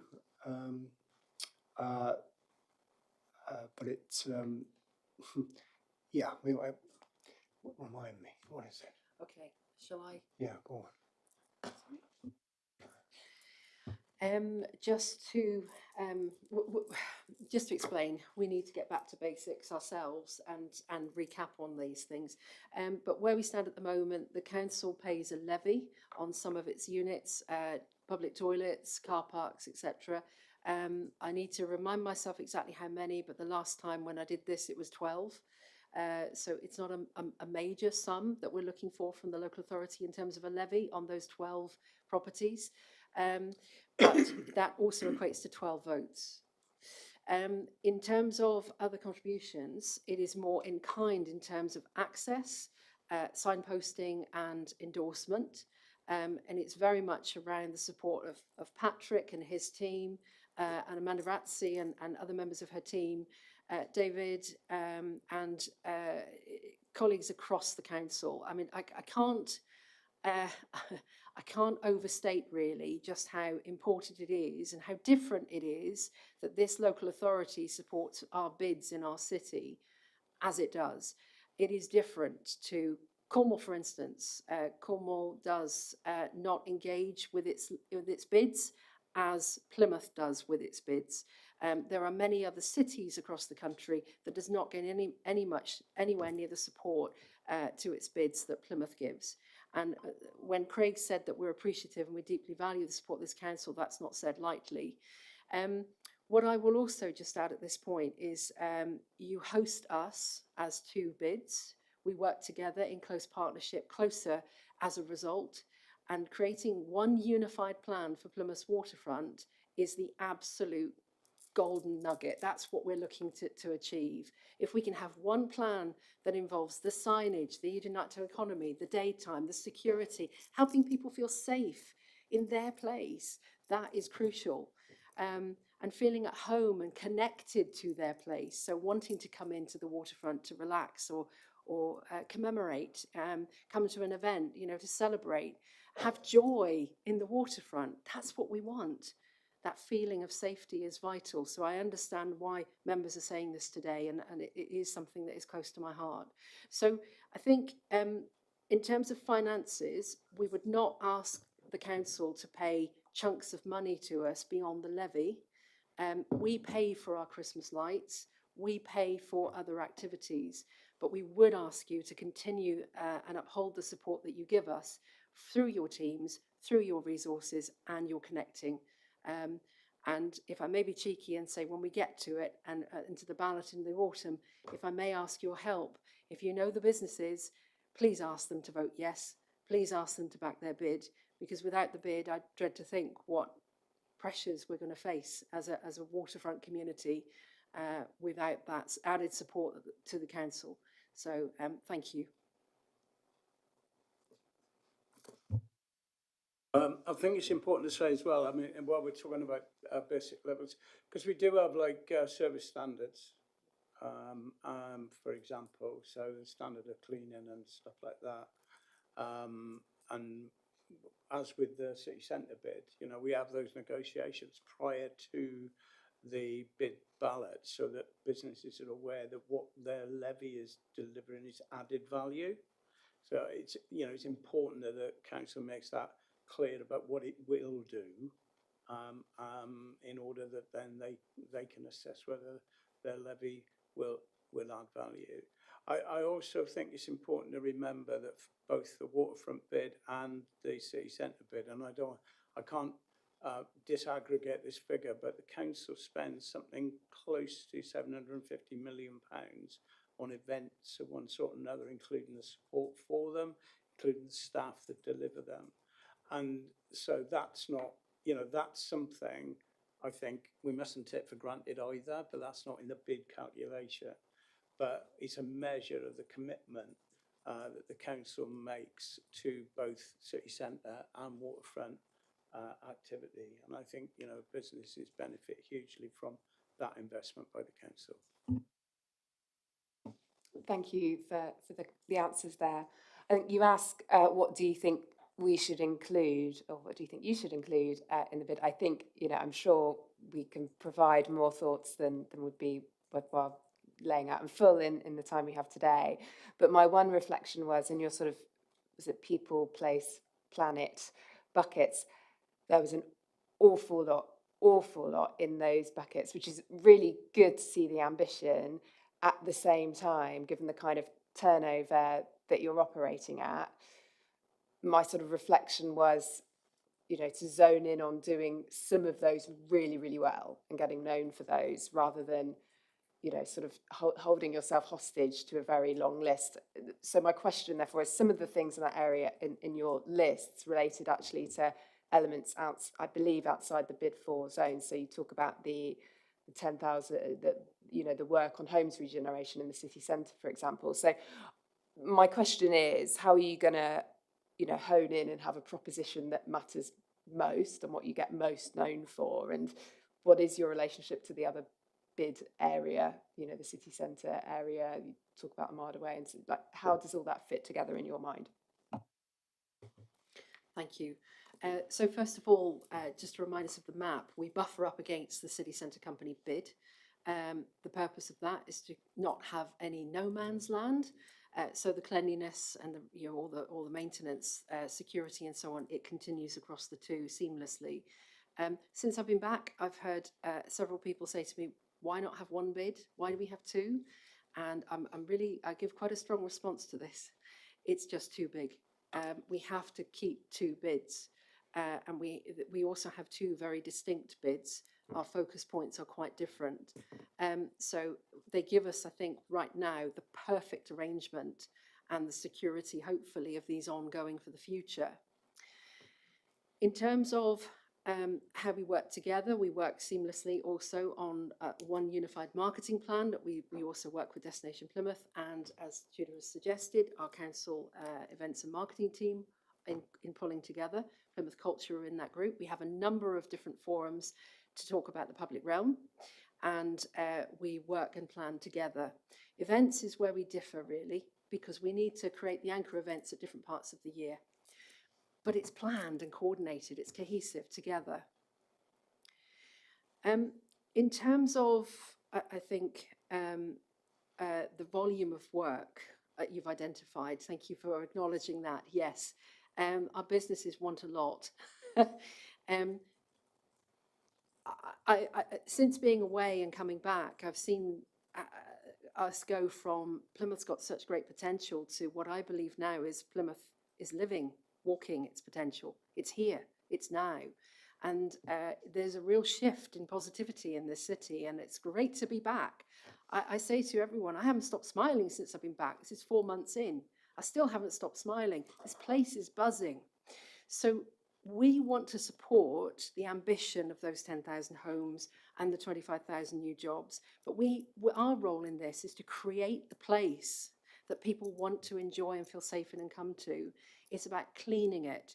It's about, you know, working with the council teams to add value to the service level agreements that Tudor's highlighted, where we are able. So if we can fund additional stuff to focus on the waterfront area, then that's something we will explore. If we can employ additional stuff for security and roaming teams or additional services to help everyone in society feel safer, as well as women, then I think that we will explore and go forward with. But fundamentally, I think it comes down to events, the security, and city marketing. I learned recently, and this is a figure that I have, that I've created. I wasn't given this figure, but I've seen the city marketing budget. And just an example, we must continue to give money to Destination Plymouth. We must continue to give money to the events team, as we do, and we must continue to give money to the city marketing effort. By my reckoning, we provide circa 48% of what the city is spending on marketing in totality. Now, that's significant. We can't stop doing these things, but we have to do a few extra. So it's back to the question earlier, and that is, I think, about the detail. The best we can do is get the plan as best as we can right and fixed in its outset. So that first draft we create this time now is super important. And that is why we're so keen to have your views today and beyond, to help us shape what we want as one unified plan, and not overstretch and overcommit, but let's focus down on getting what we really want from this waterfront bid. Just imagine if it didn't go ahead after 2032. Imagine if this was the last one. And that's how I'm entering this. What if this was it? What if our business community didn't back it again for bid 5? What do we really want to achieve? And I know I want to get some signage done. I want to refresh out there and make it sing National Marine Park and Britain's Ocean City. I want to see it out on that highway. And at the moment, I don't think we're quite there. But together, I think we can be. So that's the conversation. Wow. Thank you. I enjoyed your passion there, Sarah. Thank you for coming back. Yeah, there's a whole load of great ideas and recommendations in there. I mean, Hannah, have you encapsulated some of them for us? I mean, in terms of the ideas, some welcome wording from colleagues. I did pick up in terms of what Councillor Bannerman had spoken about. If you've got a word. Yeah, I was going to ask if I could propose a recommendation. For the relevant cabinet member, which I think would be Sally Hayden, to liaise with the Plymouth Waterfront Partnership and Plymouth City Council's VORG officers on how to work together to raise awareness and try to reduce levels of violence against women and girls in the waterfront area. Superb. We've got that all recorded and we'll get that done. I think the main thrust of what we want to do is make business thrive. I mean, you are going to be working this out as you go along about what the appropriate rate is going to be. And let's hope they have these conversations in the pubs, in the restaurants. I am interested in lively debate, and there will be people that will be on the no campaign or whatever you call it. They should be heard. They should not be dismissed. The biggest fear is that you have businesses that don't feel heard. But I mean, I know, Sarah, you're very good. You need to have a certain skill set, which you have, to get round and speak to people and really find out what their frustrations are or how we can help. So I suppose the proof will be the result in the end. That we've been going since 2005. If we've lost the confidence and we've set the bar at the wrong levels, then we'll soon know about it. But it's great that we've got you've said you're going to come back to us as things develop to cabinet and different forums like this on the council. So thank you. Anyone else got anything to add, or are we okay with that? If we could just kind of encapsulate that, Hannah, and we look forward to seeing you again, but thank you for all your efforts. So through you, Chair, obviously I'll capture the conversation and obviously your summing up in the minutes. Just in terms of the recommendation proposed by Councillor Bannerman, just want to, and obviously the second recommendation in the pack, ask the committee to support the process. So would just ask for a seconder to Councillor Bannerman's proposal. Yeah, thank you. And then if you're happy to vote on both of those as well, Chair. I think I'm proposing. Are we happy with the recommendations that we want this to proceed? Yeah. Okay. Angela. If I can just refer to my question, I take it from the reply we received that the issue about the physical well-being of the city as a whole is something that should be included, because it wasn't in your list. The issues, the marathons and all those things as just one aspect of what the benefits of the Hoe and that area are. So it wasn't on the list. So I mean, that's something that should be included. So through you, Chair, we can we can write a recommendation that we ask the relevant cabinet member to look at that in partnership, similar to the recommendation made by Councillor Bannerman, to work with them to make sure that it's included. Right, I feel you're burning to say something. It's good to get it all out. Thank you. Sorry. I was just going to ask the member whether or not there is a particular strategy or a policy that you would like us to look toward in particular. If not now, then we can pick that up afterwards.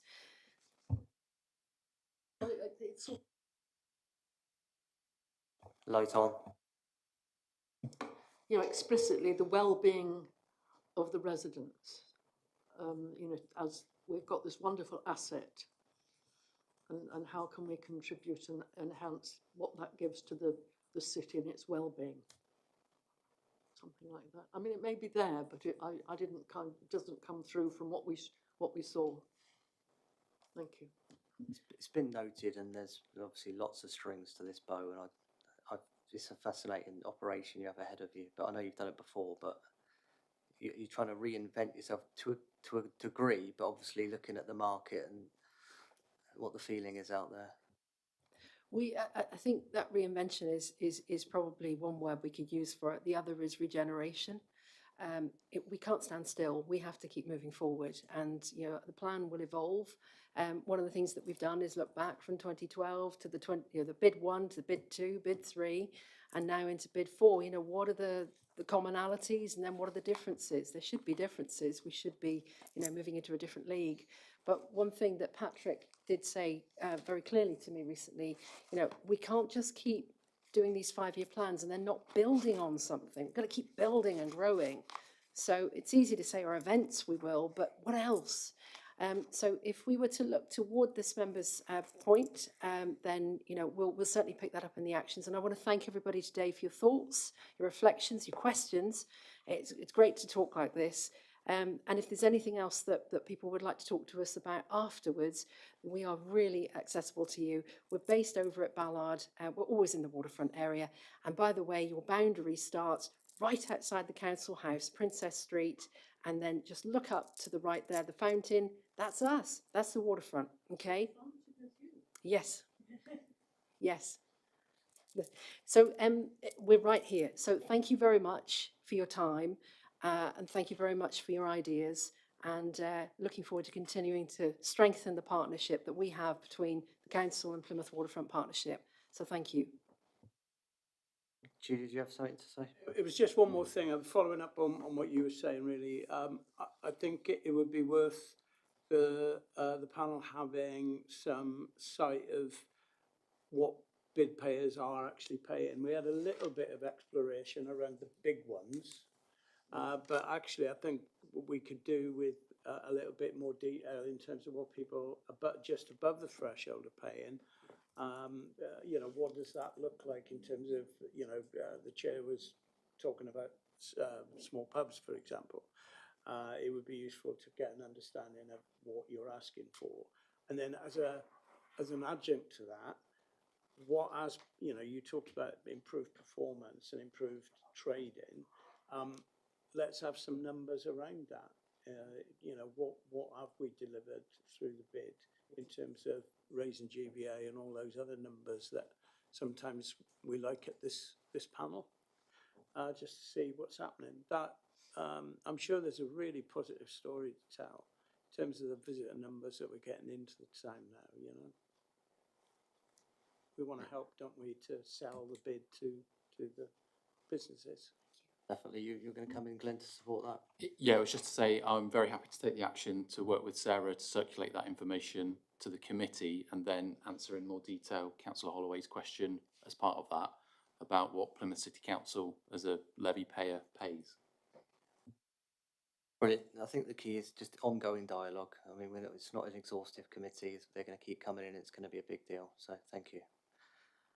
Good. Thank you for your time, everyone. You can go home now. They can go home. We've got to stay for a little bit. So moving on to, sorry. sorry, through you, Chair. So just to ensure we've got proper process. So I've drafted the following recommendation after Councillor Penrose's comments, that the relevant cabinet member works with Plymouth Waterfront Partnership to enhance the wellbeing support within the Plymouth bid renewal proposal. Sorry, I know that got fired at you quite quickly. Are you happy? Sorry, do you want me to read? Sorry. No, don't worry. That the relevant cabinet member works with PWP to enhance the wellbeing support within the bid renewal proposal. Yeah. Light on your microphone.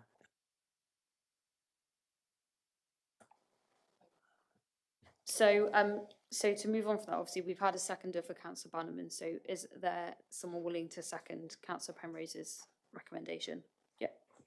Okay. So then, sorry, through you, Chair. If I read out the recommendations in total, and then we can take a vote if that's okay. Recommendation 1 is to note the report and the proposal. Number 2 is to support the process of renewal of the Plymouth Waterfront bid and endorse the principles and overall approach to create the bid business plan as set out in the report.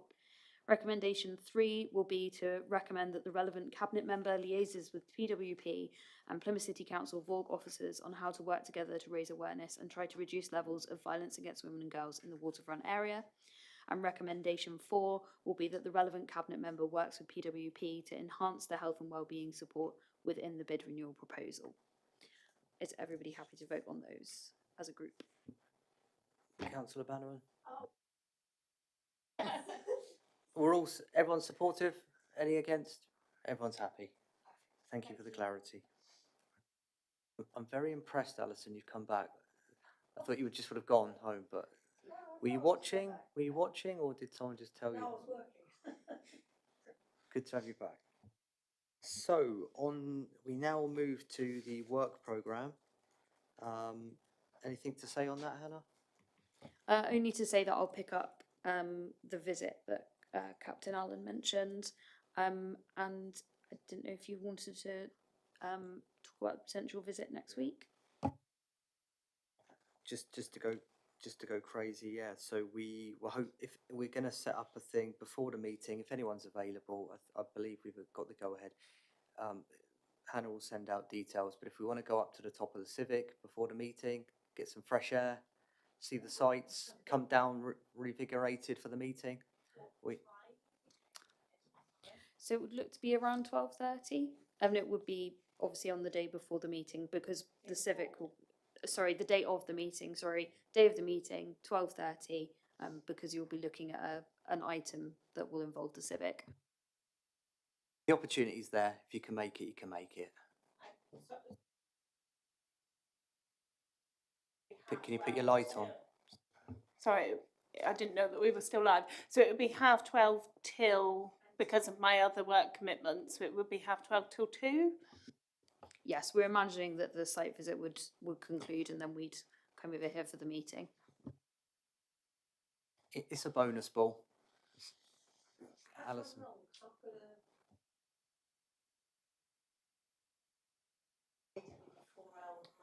I don't know. It's literally one of those quick things that we got inspiration from. It's all I've got is 12:30. So it's an extra thing. I don't want us to beat ourselves up. If you can't make it, you can't make it. It's just something we're going to throw in there. If you can make it, that'd be great. Yeah, I know. It's just a nice to have.